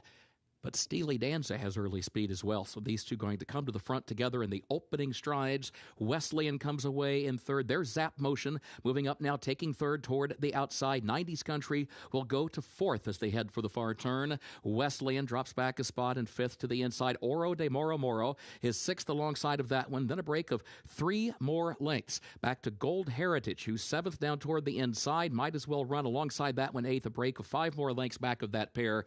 C-Spot Run last. 22.59 seconds, the time for the opening quarter. Bunching for the lead, Towing and 90s Country on the outside of that one, joined by Steely Danza down to the inside. These three separated by a neck off the far turn. Zap Motion is still fourth, 3 lengths off the front trio. 90s Country puts ahead in front. Towing fights back between horses. Steely Danza to the inside, and still a gap of 4 more lengths back to Zap Motion. Eighth of a mile to go. 90s Country, a narrow lead. Towing is there. Steely Danza still there down toward the inside, but 90s Country has the lead past the 16th pole. 90s Country and Florent Giroux to win it. Going to be close for second, either Towing or Steely Dancer for that runner-up spot. Oro de Moro Moro was fourth.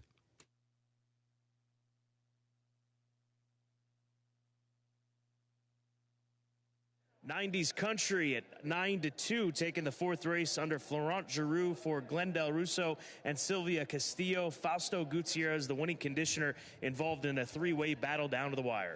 It's going to be close for second, though. 90s Country down on the outside, just being able to press those inside runners, getting the perfect trip in the end for Florent Giroux. And once again, going to be close for second. We'll let the photo decide who does get up for a second, but it's 90s Country with the win in race 4. Photo for play, sold all tickets.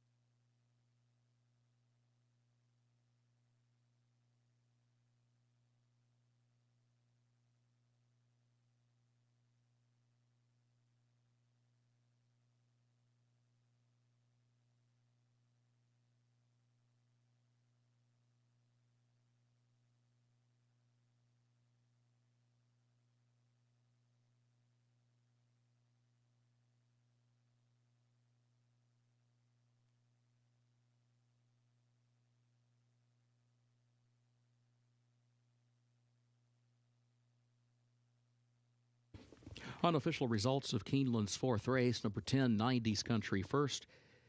Number 8, Towing, was second. Number 5, Steely Dan's a third. And number 4, Oro de Moro Moro, was fourth. 10-8-5-4 unofficial.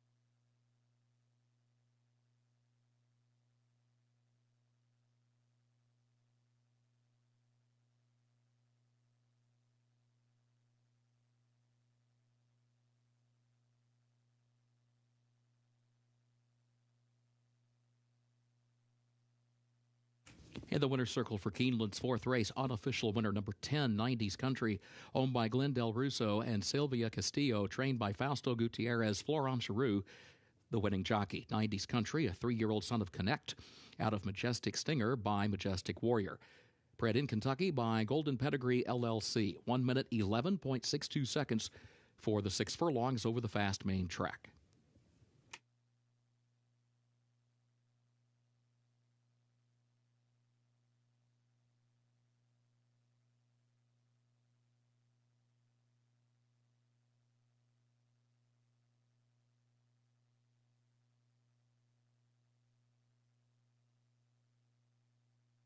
Results of Keeneland's fourth race official. 10-8-5-4, the official results.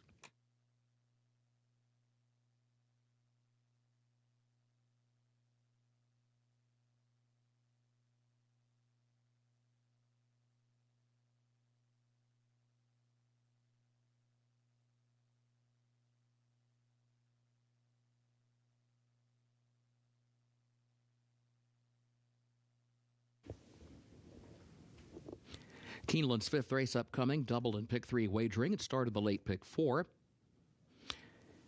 Turf is listed firm, the rail at 20 feet today.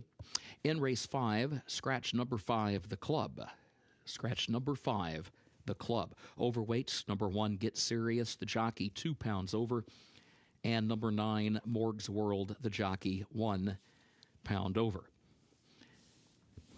Sixth race, scratch the 11, Wrecker Point, scratch the 12, Wicked Secret, and scratch the also eligibles 13 through 16. That's in the sixth race, scratch number 11, Wrecker Point, scratch the 12, Wicked Secret, and scratch 13 through 16. A reminder, the jockey for the 9, Spencer's Boy Luna, Alex Ashard. Number 9, Spencer's Boy Luna, the jockey, Alex Ashard. Featured 7th race, scratch number 3, Hollis, scratch number 4, Doc Amster. That's the featured 7th race. Scratch number 3, Hollis, and scratch the 4, Doc Amster. No superfecta on that 7th event. 8th and final race, scratch the 5, Chrome-Plated Heart, scratch the 8, Arlene's Crown, and scratch 11, Top Gun Girl. That's the 8th and final race. Scratch number 5, Chrome-Plated Heart. Scratch the 8, Arlene's Crown, and scratch the 11, Top Gun Girl.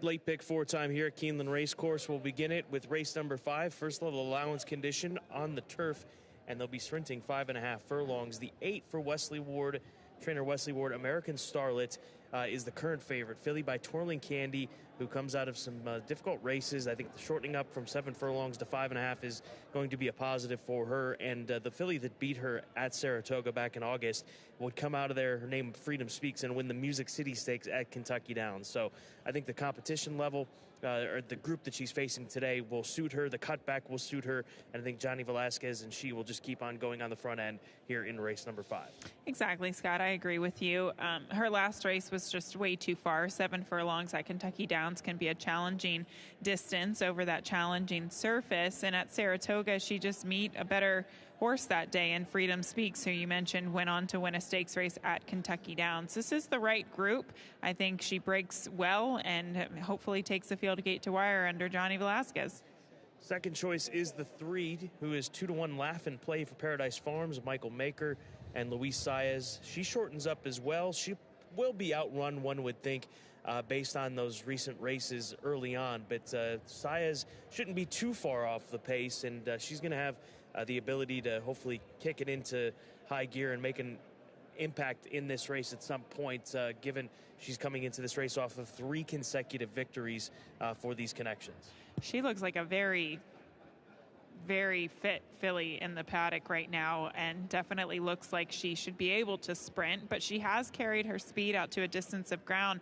Scott, sometimes though we see these horses that are forwardly placed at longer distances, like a mile and a 16th or 6.5 furlongs, and they shorten up and they face true turf sprinters, 5.5 furlongs. Sometimes they just can't keep up and they get kind of disoriented. That's the one reason why I left her off my top 3, but she is a very nice filly. In my opinion, the number 2 for Michelle Level, who we've mentioned this before, she does such a phenomenal job with turf sprinters, and this is a filly that gets back to turf. They gave her a couple of tries on the dirt at Colonial, and then over at Churchill Downs, she was 3rd in that Churchill race, so back on grass appears to be a positive move for this Daughter of Money. I think so. If you look at her races last year, really around the fall last year at Woodbine, they came up to be pretty tough. Those maiden special weight and allowance races, and she closed well in those events. She will need a fast pace to kind of help her a little bit, but I think with this inside draw, she'll be closing late to get up for a piece of it. Coria Comet is the 7 horse. She closed to pick up a win at Kentucky Downs, going 6.5. Obviously, the extra furlong to work with that day is a completely different type of race, but we saw her put together a best race of her career on grass, so obviously that's why Paula Lobo is making the call to bring her back to the turf course today, and right now she's 7-1 on the board. Yeah, clearly the surface change did wonders for this filly. I just think maybe 5.5 furlongs might be a touch too short. In a perfect world, maybe she would come back at a mile or maybe even farther, but that was my interpretation of her last race. I think she needs a little bit longer distance than 5.5. Only kidding. She's going to go back out to 5.5, which of the last 2 races has provided a better result, and that was right here at Keeneland. They ran her 5 furlongs at Churchill, so the added half furlong for this Daughter of Into Mischief should be a positive. She's, 3rd choice right now in the wagering, 4-1? Yeah, I think that's a fair price. Look at her form on the turf here at Keeneland. She closed to finish 2nd that day. She got a fast figure of 78. If she runs back to that race against this field, Scott, that would probably put her in the winner's circle. Race number 5, now 14 minutes to post. Once again, begins the Wednesday late pick 4 at Keeneland.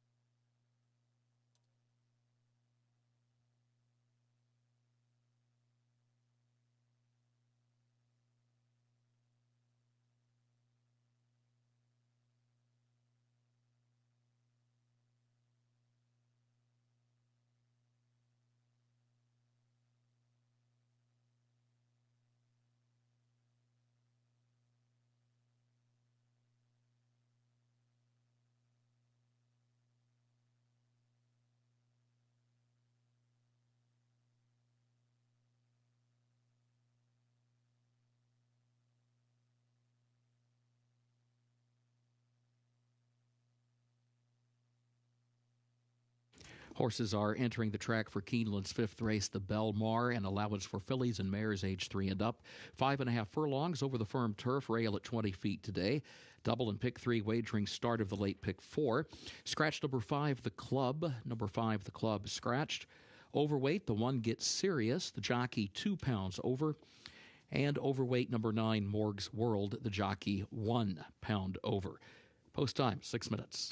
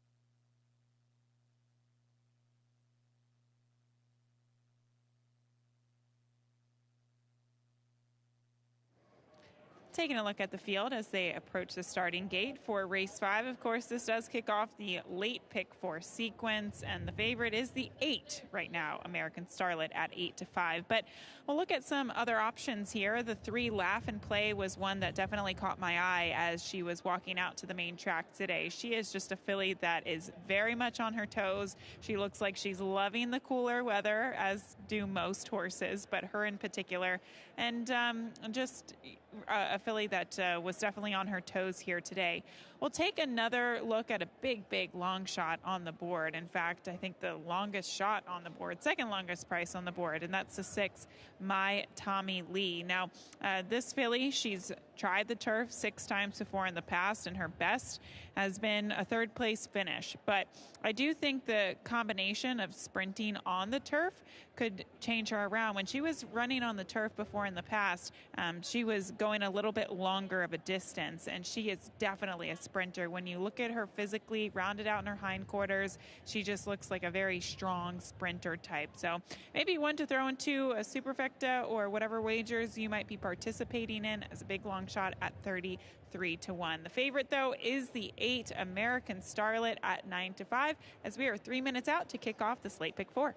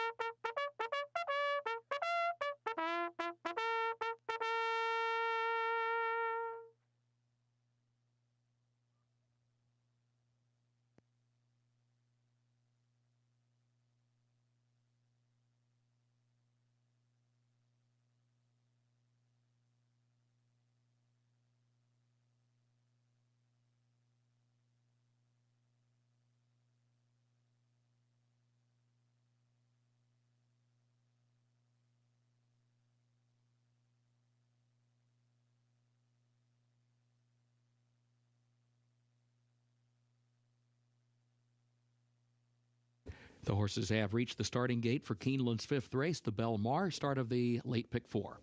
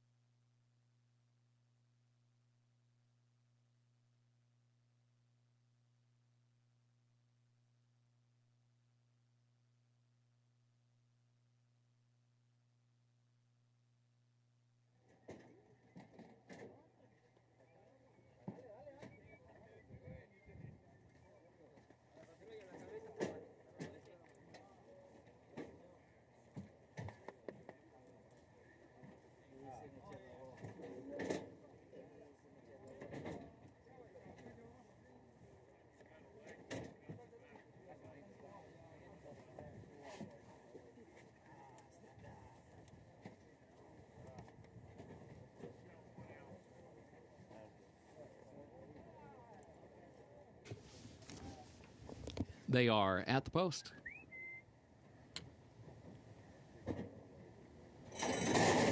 And they're off.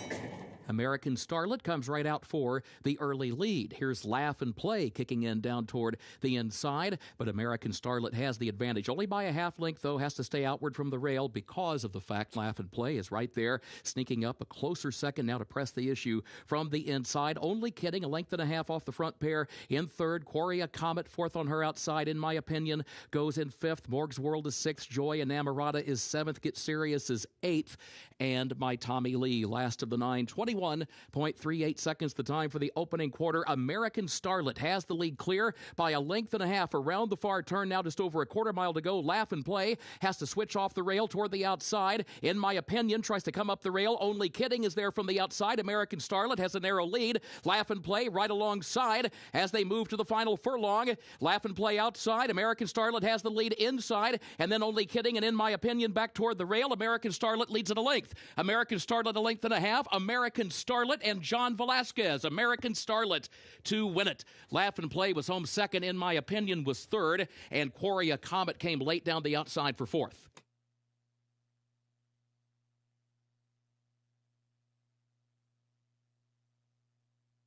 She kept on rolling today. American Starlet for Claus Stable, the daughter of Twirling Candy, Johnny V, Wesley Ward, displaying that speed. And you got to give credit to the 3-horse Laugh and Play. She tried every step of the way down to the inside of the eventual winner, switched to the outside side, changing things up to see if it would work, but he could just never cut into the advantage that the speedster had established out there at 4-5. Yeah, the 3 Laugh and Play was in a difficult position early where she was probably a half length behind the eventual winner and favorite down on the inside. That's always an intimidating position to be in. She had a back out, angle out, and then she didn't manage to pass the 8 here in the end. The 8, American Starlet, going gate to wire, and another winner for Wesley Ward and Johnny Velasquez.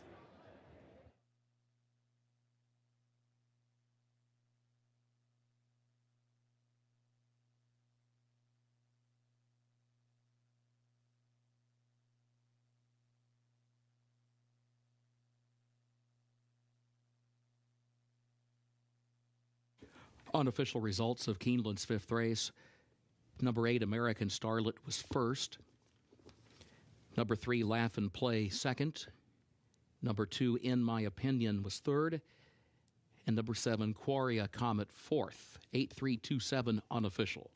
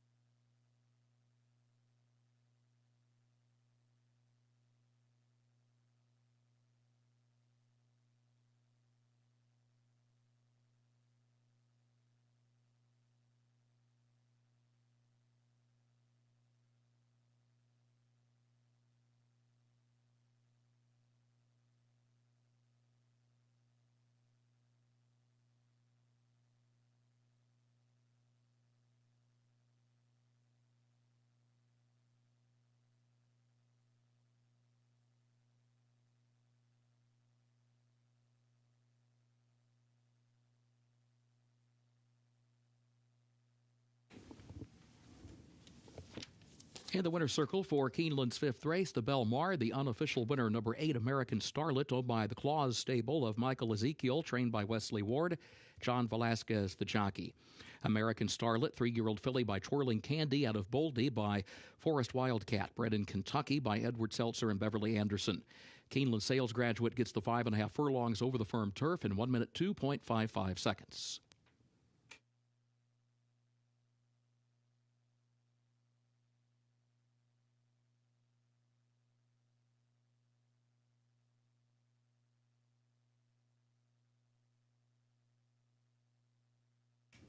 Results of Keeneland's 5th race official.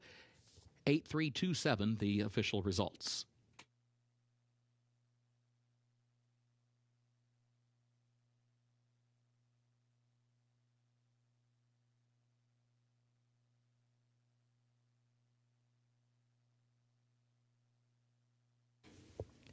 In the winner's circle, the Belmar trophy presentation to the connections of number 8, American Starlet.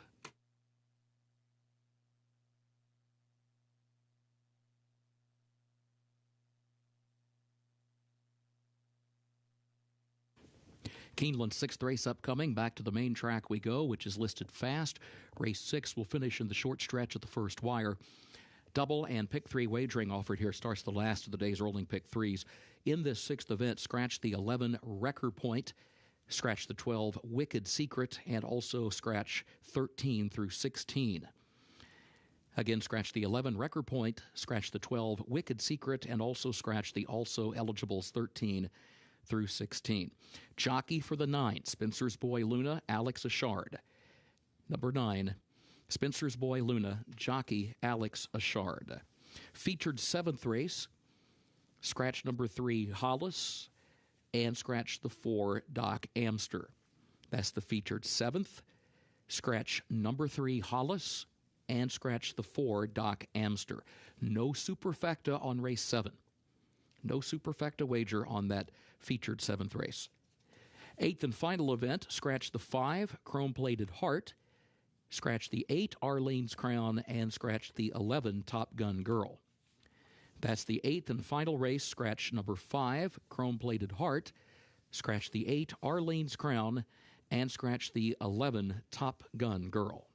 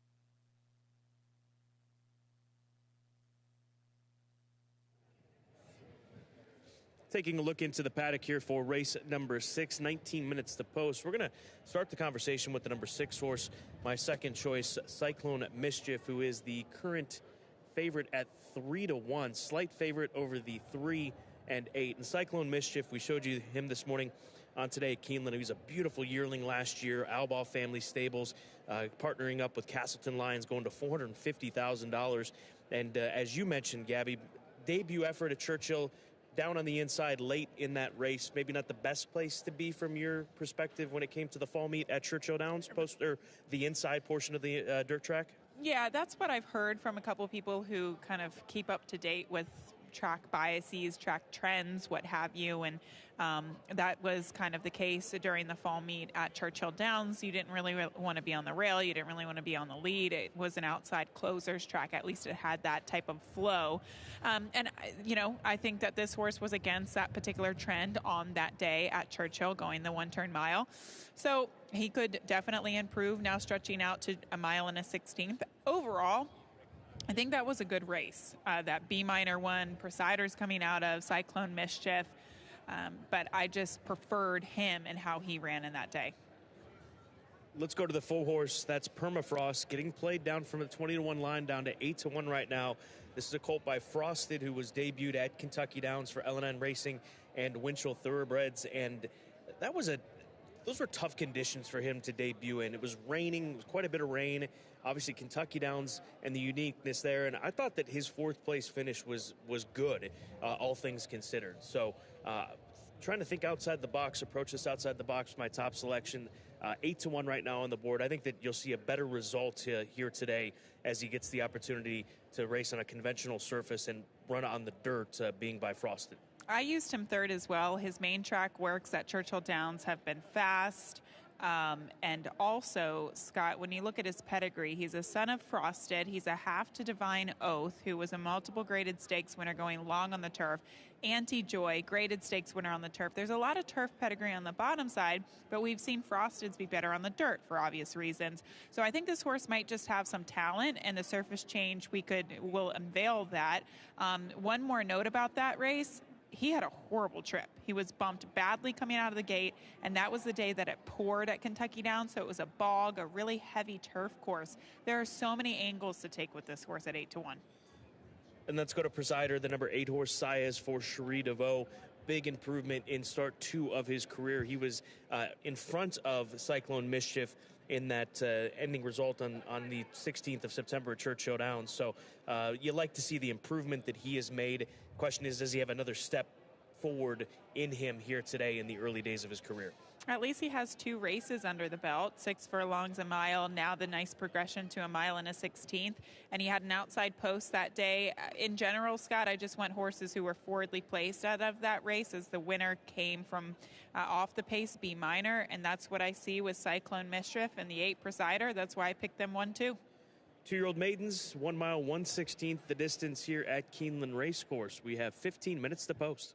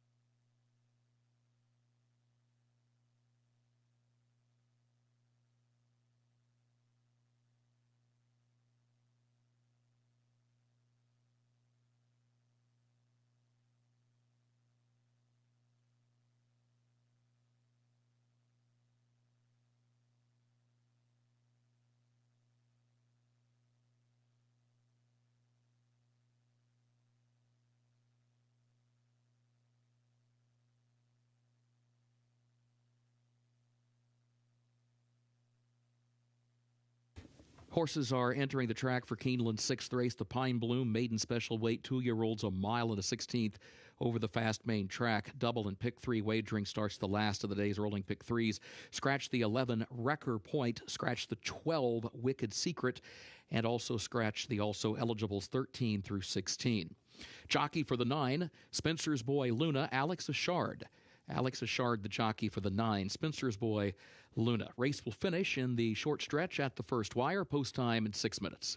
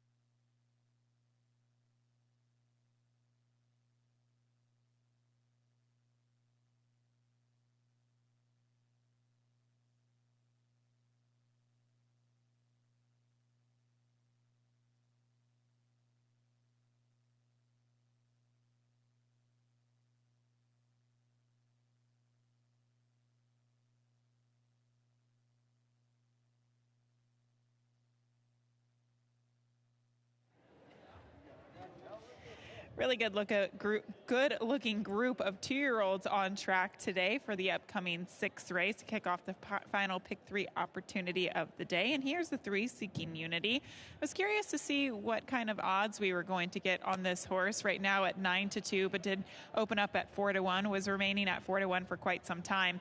He just looks like a really well put together horse. This horse by Unified out of Seeking Luck. There's just a couple of claimers on the bottom side of the family, but this horse clearly looks like he's been working forwardly for his debut for trainer Kenny McPeak. We'll see what he can do in just a few moments' time. The number 4, Permafrost, was a horse I really wanted to hone in on here. I actually think this horse looks better suited to the dirt than the turf.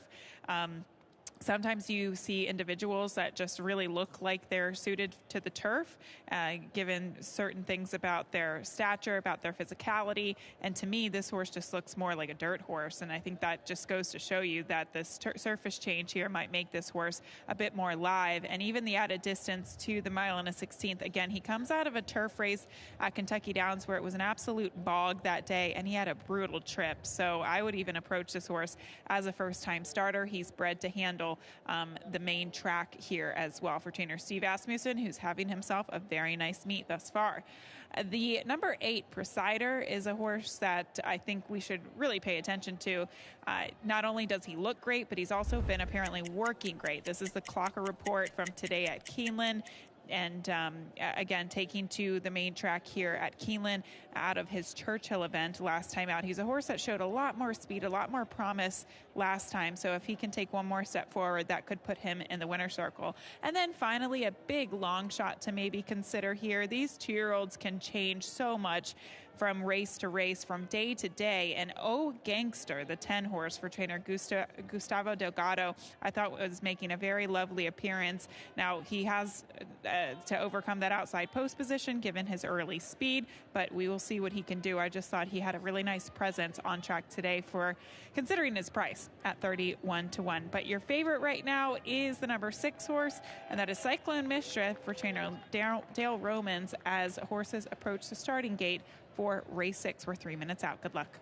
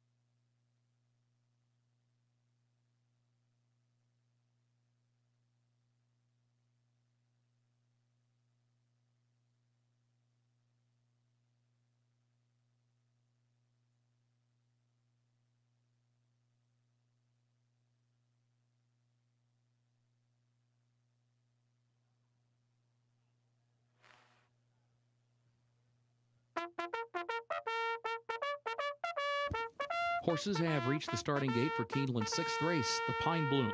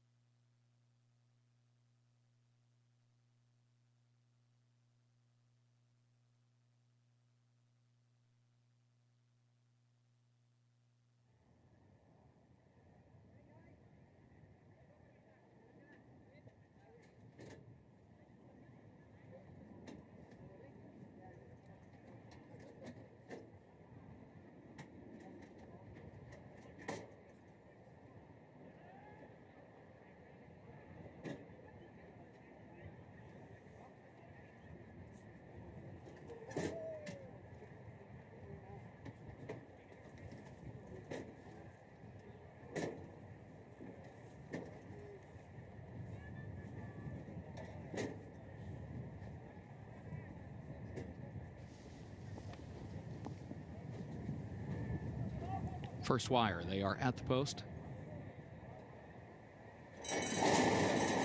And they're off.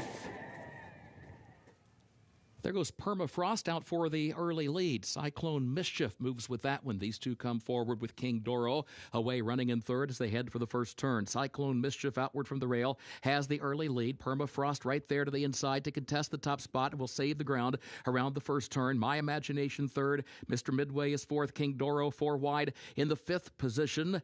And then comes Seeking Unity, who's sixth, 3 lanes off the rail off the first turn. Presider is traveling along in the seventh position. Spencer's Boy Luna, Wadsworth at the back, joined by O Gangster, who is last, 24.07 seconds, the time for the opening quarter. Permafrost, Cyclone Mischief, King Doro seeks to join them far outside. Half length separates the top 3. My Imagination is fourth toward the inside by just a half length to Mr. Midway, who is traveling in fifth between horses by a neck. Seeking Unity is out in the center of the track in the sixth position. The first half mile went in 48.73 seconds. Wadsworth tries to move up the inside. 6 lengths off the lead, though, with a lot of work to do from there as they enter the far turn. Then Presider, O Gangster, Spencer's Boy Luna at the back. Onto the final turn they go. Cyclone Mischief puts a head in front. Permafrost is still there toward the inside. Gap of 2. My Imagination third. They're at the quarter pole. King Doro is fourth up on the outside, followed by Seeking Unity, and then Wadsworth, who is still running 8 lengths from the lead. Top of the short stretch. Cyclone Mischief has opened up by 3.5 lengths into the stretch now.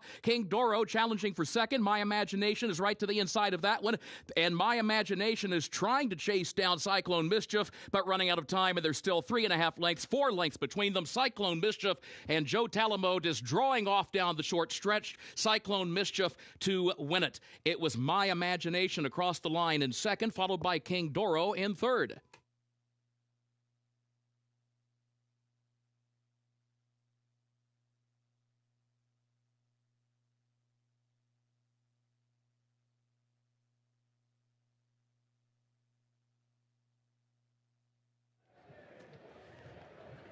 The Keeneland sales graduate, Cyclone Mischief, puts it all together in start 2 of his career. Pretty straightforward performance here and victory. He latched onto the full horse and just kept on going out on the front end. Nice colt by Into Mischief for Castleton Lions and Albaugh Family Stables. It's very cool when you can see 2-year-olds make it full circle when they sell here at the Keeneland September sale and come back and break their maiden at Keeneland in Lexington, Kentucky. This horse sold for $450,000 at the Keeneland September sale last year, comes back and wins in just his second start. A promising looking Into Mischief, the 6th Cyclone Mischief with a maiden breaking score.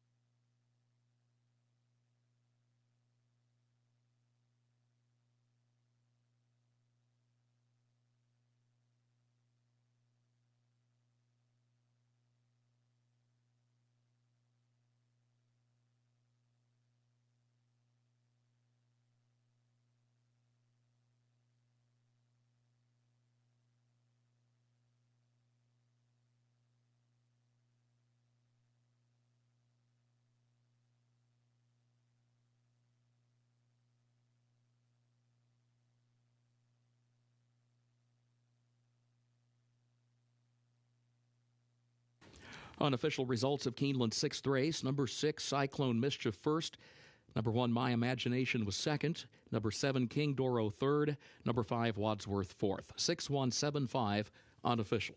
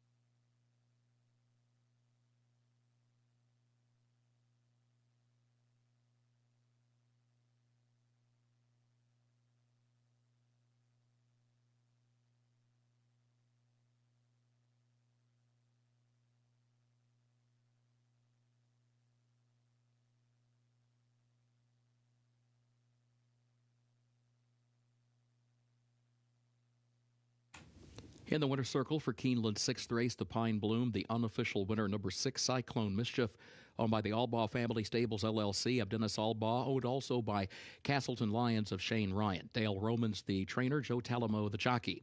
Cyclone Mischief, 2-year-old son of Into Mischief, out of Are You Coming Here by Bernardini, the winner bred in Kentucky by Castleton Lions and Kilboy Estate. Keeneland September grad gets the mile at a 16th over the fast main track in 1 minute 46.95 seconds.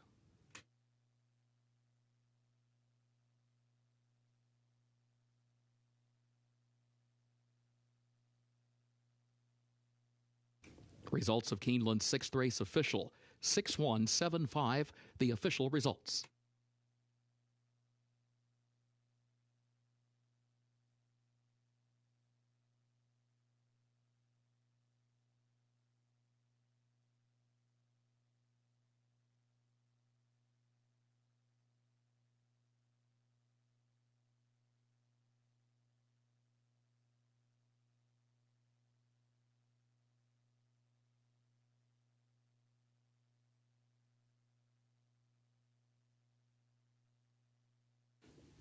In the winner's circle, the Pine Bloom Trophy presentation to the connections of number 6, Cyclone Mischief.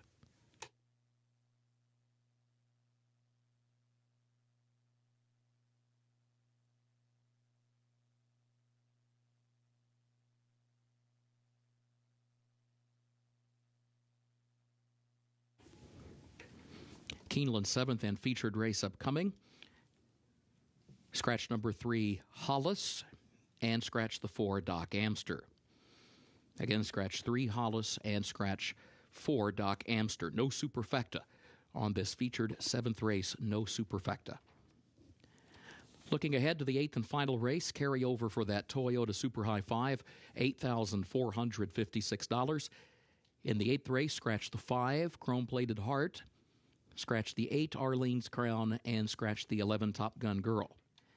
That's the 8th and final race. Scratch 5, Chrome-Plated Heart, scratch the 8, Arlene's Crown, and scratch the 11, Top Gun Girl. Main track is fast, turf firm.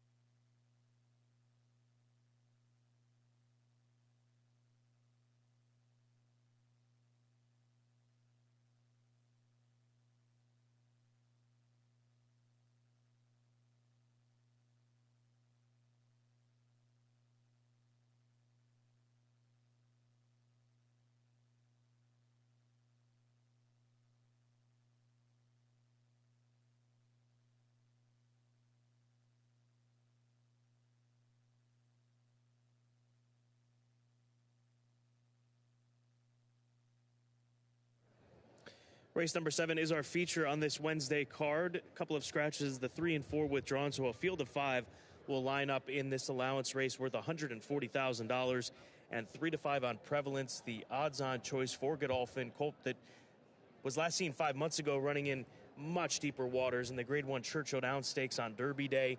Prior to that, he won the Grade 3 Commonwealth Stakes right here at Keeneland. So the 5 months off, comeback race here today, finding I don't want to say a soft spot, but certainly a much softer spot than when we last saw him running in Grade 1 company.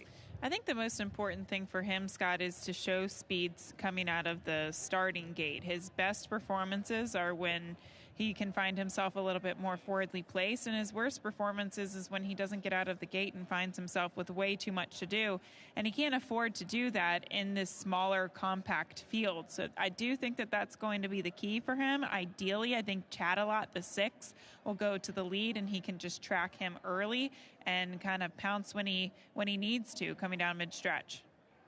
Yeah, and Chattelot certainly should be out there in front if things go the way that they normally do for this Midnight Loot colt. He's also coming off of a fairly lengthy layoff last running 7 months ago, and that was a win at Fairgrounds. But, over the course of his career, he's run against some nice horses. He won his first 2 starts, ran into Nakatomi here at Keeneland last fall, ran into Tejano Twist in that stakes race at Churchill Downs. We saw Tejano Twist win just last week here at Keeneland. So you've got to respect him. It's just a matter of, can he carry that speed, that extra half furlong off of this layoff? That was my biggest concern. I would have tried to pick him if he maybe had a start recently, or if this wasn't necessarily 6.5 furlongs, but the combination of the distance and the layoff, and given his speed and the fact that Prevalence does have some natural speed, so he'll have the favorite testing him the entire way around there. I think he might be up against it from all those points today.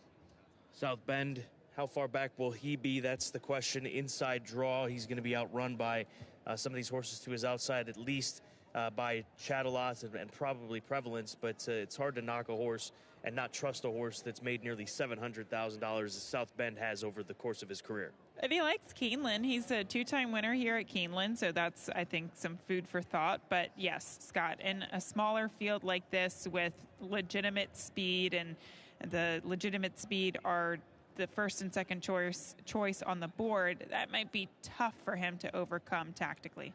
It's our featured event on this Wednesday, 14 minutes to post here at Keeneland.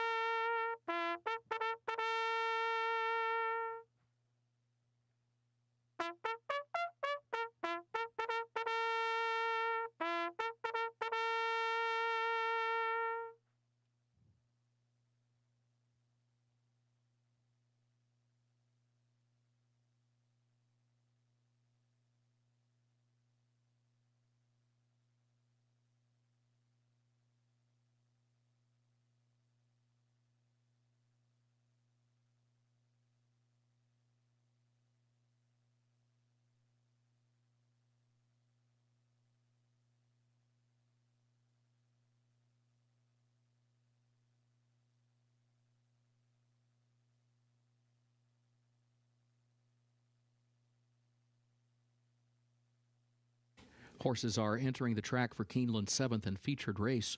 The Hermitage Farm, an allowance for 3-year-olds and up, 6.5 furlongs over the fast main track. Scratch the 3 Hollis and scratch the 4 Doc Amster. As a result of those scratches, no superfecta on this 7th race. Again, scratch the 3 Hollis and scratch the 4 Doc Amster, no superfecta. Starts the last of the day's rolling doubles. Post time at 6 minutes.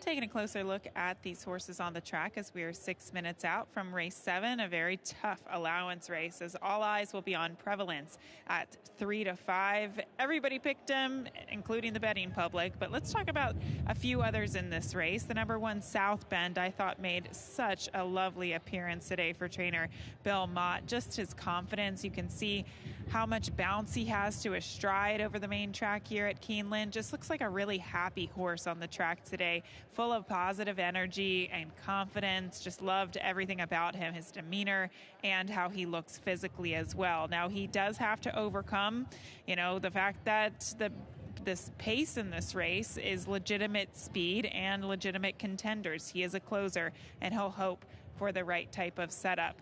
And then the number 5 horse, Heart Rhythm, first off the claim for trainer Johnny Ortiz. When this race was drawn, he did include the 3 Hollis, but with him out, he is still represented by the 5 Heart Rhythm. Scott, I know you talked to Johnny Ortiz just a few moments ago. What did he have to say about this runner? He hopes that he can be sharp out of the gate. That's going to be the key for him to be able to put together a strong performance. And obviously, this is quite the investment from these connections to have claimed this horse for $100,000 out of that last race. So they feel that there's potential. He's unbeaten in his 2 tries at Keeneland. So at 13 to 1, if he breaks sharp, that's how he's going to pull off an upset or at least pick up a piece of it here in this race that goes through Prevalence, the Grade 3 winner.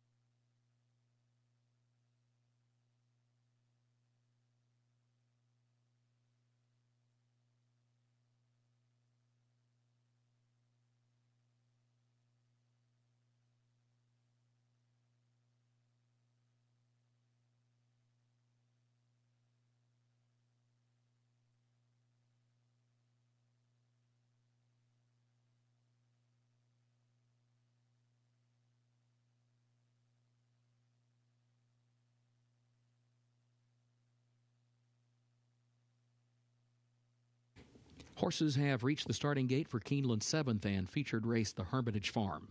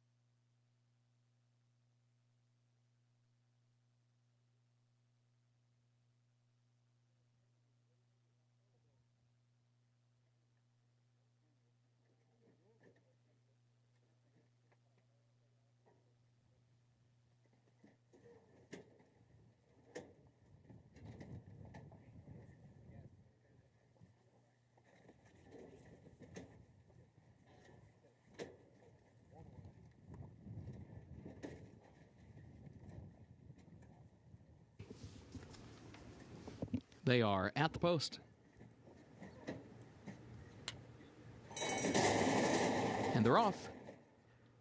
There's Chat-A-Lot right out running for the early lead. Prevalence on the outside of that one comes forward now in the opening strides, and then Heart Rhythm down toward the inside. Chat-A-Lot gets over next to the rail. Prevalence right alongside. Heart Rhythm will go third up the back stretch. Hear My Song is in fourth. Gap of 3 more lengths back of that one. South Bend, last of the 5. Chat-A-Lot is the leader. Chat-A-Lot leads it by a half length. Prevalence goes second, opening quarter, 22.58 seconds. Heart Rhythm is in third as they enter the far turn, just a length off the front pair, and is followed by Hear My Song.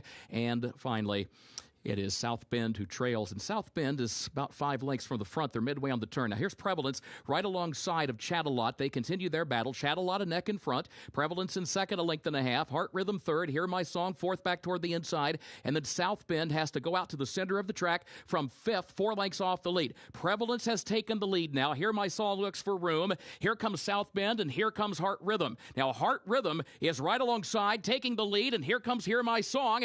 Hear My Song goes to second. Prevalence backs up to third, and then South Bend now running past that one, but it is Heart Rhythm in front, and Heart Rhythm down to the line will win the feature for Raylu Gutierrez. Heart Rhythm wins it from Hear My Song second, South Bend third, Prevalence across the wire in fourth, Chat-A-Lot was fifth.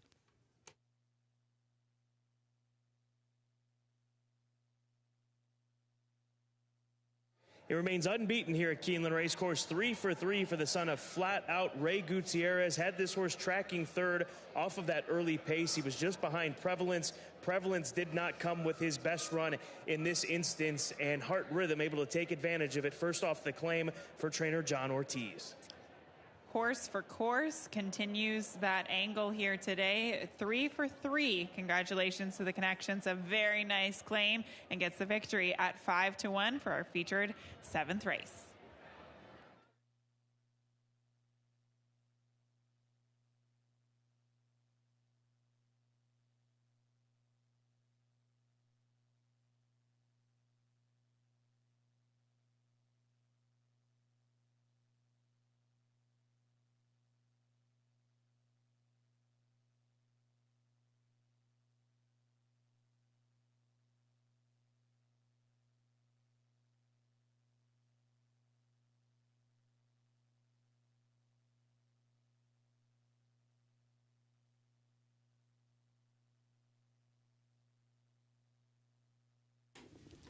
Unofficial results of Keeneland's featured 7th race. Number 5, Heart Rhythm, finished first. Number 2, Hear My Song, was second. Number 1, South Bend, was third. Number 7, Prevalence, fourth. 5217, unofficial.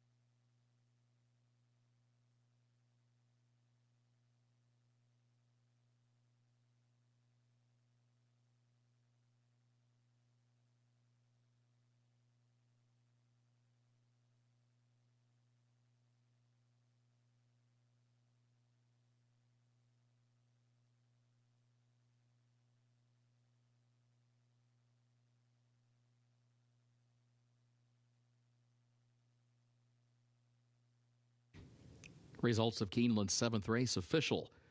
5217, the official results.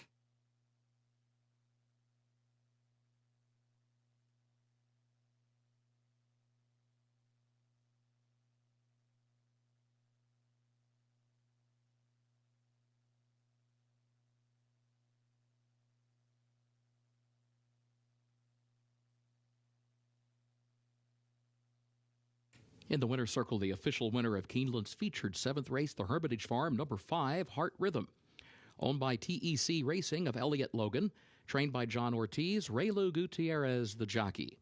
Heart Rhythm, a 4-year-old son of Flat Out of Nothing But Heart by Officer, bred in Kentucky by Terrazas Thoroughbreds, LLC. 6.5 furlongs over the fast main track, 1 minute 16.08 seconds.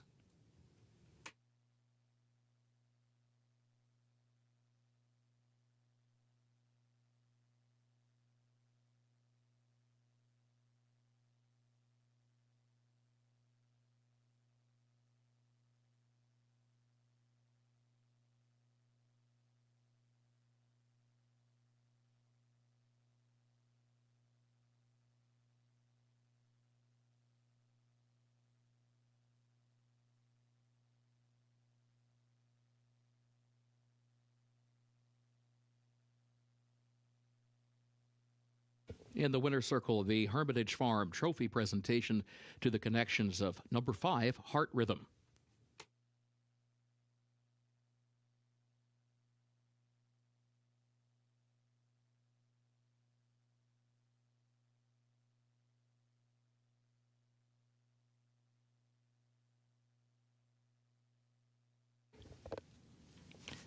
Keeneland's 8th and final race upcoming. Turf is firm, rail at 20 feet. Carryover for the Toyota Super High 5, $8,456. Scratch the 5, chrome-plated Heart. Scratch the 8, Arlene's Crown. And scratch the 11, Top Gun Girl. Again, scratch 5, chrome-plated Heart. Scratch 8, Arlene's Crown. And scratch 11, Top Gun Girl.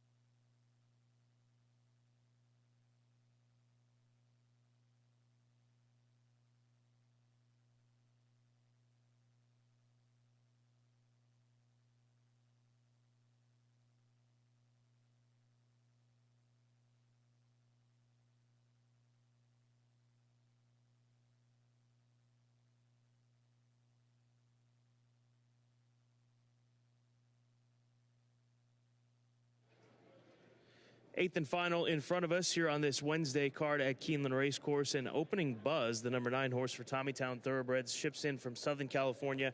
2-1 right now. Wickedly fast filly in her most recent race at Del Mar, putting together fractions and a final time that are just not something that you normally see. We'll see how she handles stretching back out to a 5.5 furlong distance. She won on debut. I think that at that distance, but I'm sure that in that instance she was just so much better than the rest that it wouldn't have mattered if they asked her to go back around again. She would have held on to that advantage she had. But you've got to respect this California speed, Gabby, and she comes in here looking to tackle the Keeneland turf course. She's just so fast, Scott. She actually did stretch her legs over the turf course here at Keeneland back on the 8th of October. She went 4 furlongs and 48 flat around the dogs. I would say that that's a pretty impressive work. She came back to continue to work on the training track here at Keeneland. So she's been here for several weeks, which I think is important because some of the horses that we've seen come in from California, sometimes they don't always deliver, but at least she's been able to acclimate here for Jonathan Wong. And if you have the opportunity to see her physically, Scott, she is just built like a little tank. She is so strong. She's short coupled, but so strong. And that just goes to show you, her strength, but also her speed. The number 1 horse, Shannon, is 7-5 right now. That is the current favorite in the 8th and final. And Shannon, she sprung an upset back in the springtime here at Keeneland. She won it 24-1 in that instance in the final race on April 22nd. And then later on that meet, in the final day, they let her down to the Keeneland Sales Pavilion, and she was sold for $240,000 at the Keeneland April sale. And since then, 2 solid runs, one at Ellis, one at Kentucky Downs. We know she likes it here, and 5.5 furlongs will not be an issue whatsoever for Shannon, the daughter of Nyquist. No, I think it'll be perfect for her, especially the turf conditions as well. I think she's getting exactly what she wants. And with this rail draw, though, she won't be too far off of it, but she'll not be able to make the lead. I think the 2 kiting just to her outside, Can't Believe It, obviously Opening Buzz, all those fillies are faster than she is.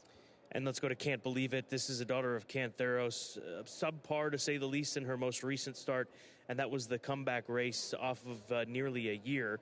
And in that instance, they added Lasix to this filly's regimen. She does not race with Lasix here this afternoon. So Can't Believe It, looking to bounce back, and there's no evidence of turf success on the dam side of things when it comes to this family, but she's by Cantheros, who has for years been a very versatile stallion as far as getting winners on various amount of surfaces, especially turf and dirt. And sometimes it just boils down to distance too, Scott. If you're very fast, if you have natural speed, you're probably going to be okay either on dirt or turf, but it definitely depends on the distance. And 5.5 furlongs looks like it should be just in her wheelhouse. And you said the influence of Cantheros, they can really run on anything. So I give her a pass for the last race. It was a strange race. She came out of the gate. It was a fast race, very fast and contentious early pace. And she is one that probably needs the lead in order to win, and she wasn't afforded that ability immediately coming out of the gate. 15 minutes to post. This is the final race today on this 8-race card at Keeneland Racecourse.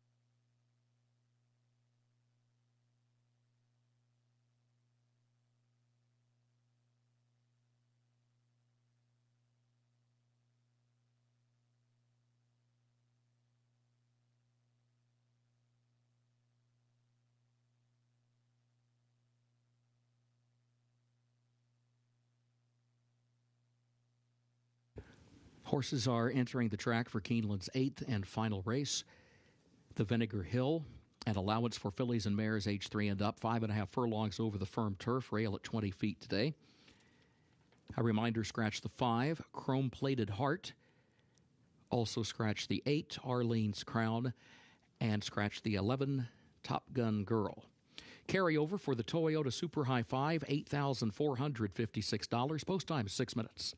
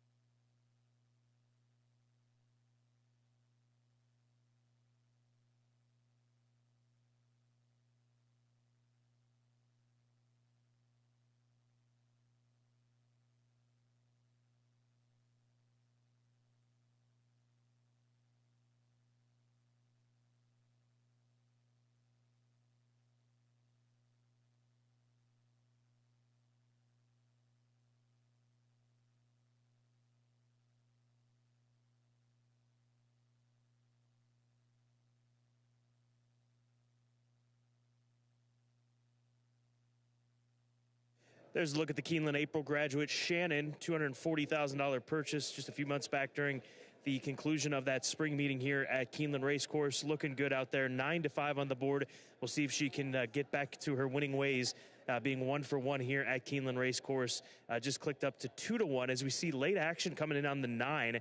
The Tommytown Thoroughbred runner that is drawn to the outside, Opening Buzz. Jonathan Wong, I asked him why they opted to bring this Calbred filly out here to Kentucky and not leave her back on the West Coast, and he said they just didn't want to have to run her 6.5 furlongs down the hillside turf course. When you've got turf sprinters this time of the year on the West Coast, that's really what you're at the mercy of, that or running 6 furlongs on the flat turf at Santa Anita. So that's why they're here, to get this 5.5 furlong distance. He did say she did get a little bit more worked up in the paddock than she normally does, and hopefully that doesn't affect her on this very cool afternoon here at Keeneland Racecourse. So we'll keep an eye on her. She's even money right now, taking some late action as we're 4 minutes away from the nightcap.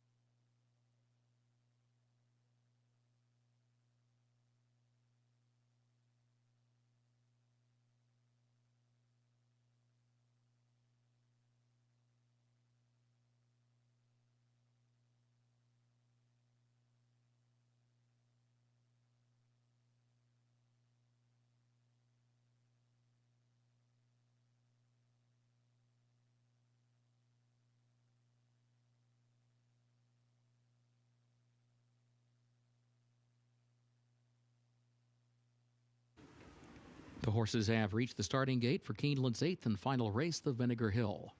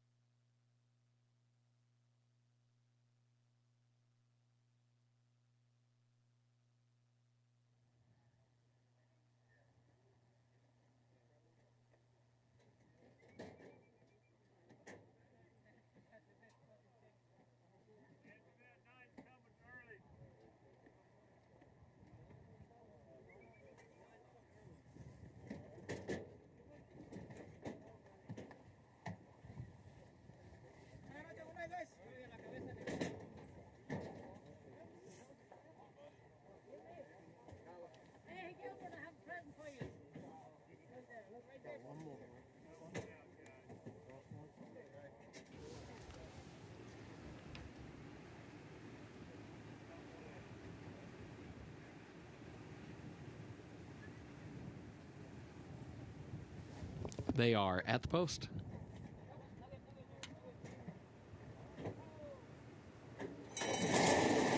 And they're off. There goes Opening Buzz.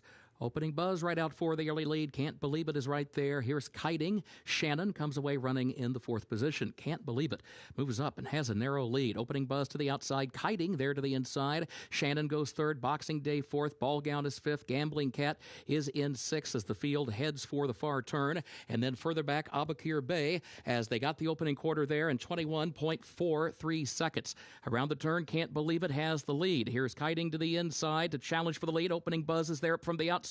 And Shannon swings off the rail. Now, Opening Buzz is put ahead in front from Can't Believe It in 2nd. Here comes Shannon swinging to the far outside at the top of the stretch. Gambling Cat looks for room in behind horses in 4th. Boxing Day is in 5th. Shannon and Boxing Day outside of that when Shannon moves forward for the lead. Opening Buzz is still there. So is Can't Believe It down to the inside, but Boxing Day's coming late. Shannon has the lead by a length. Boxing Day, Abakir Bay is storming down the outside. Abakir Bay making a rally for James Graham. 21-1. Abakir Bay to win the nightcap.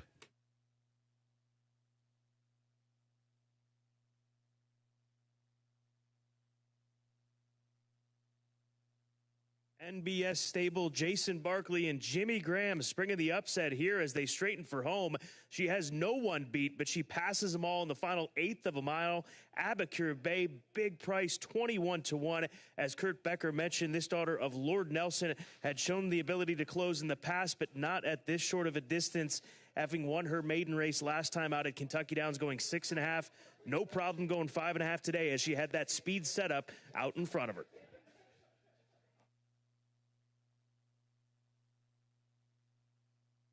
Photo for play, sold all tickets.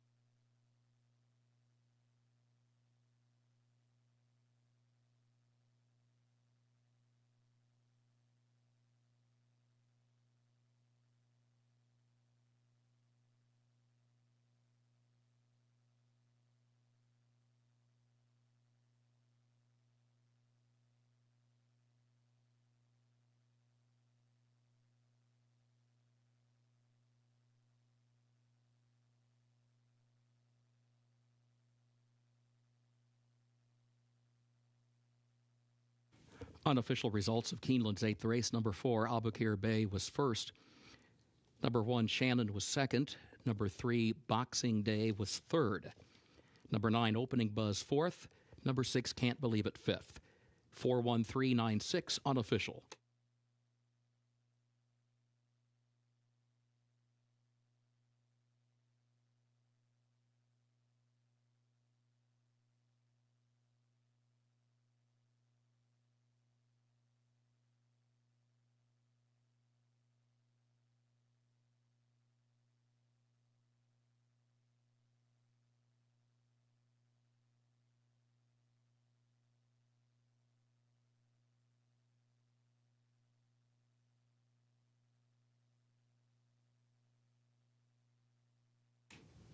Results of Keeneland's 8th race official.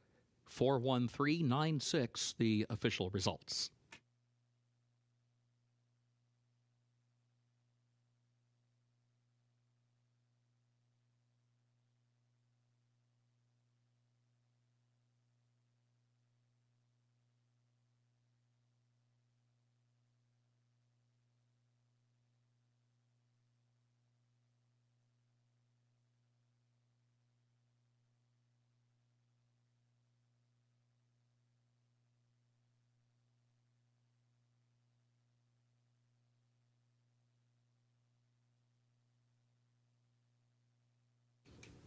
In the winner's circle for Keeneland's 8th race, the Vinegar Hill, the official winner, number 4, Abukir Bay, owned by NBS Stable of John Ballantyne, trained by Jason Barkley, James Graham, the jockey.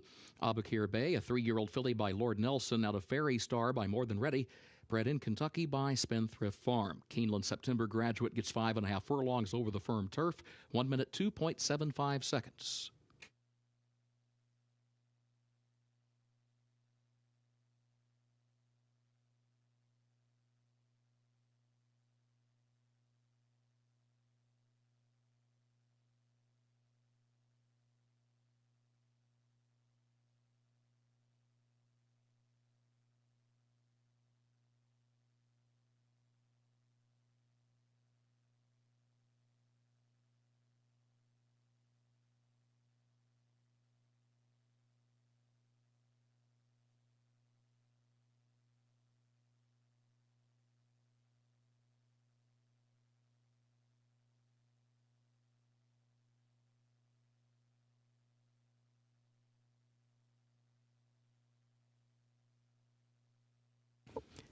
In the winner's circle, the Vinegar Hill Trophy presentation to the connections of number 4, Abukir Bay.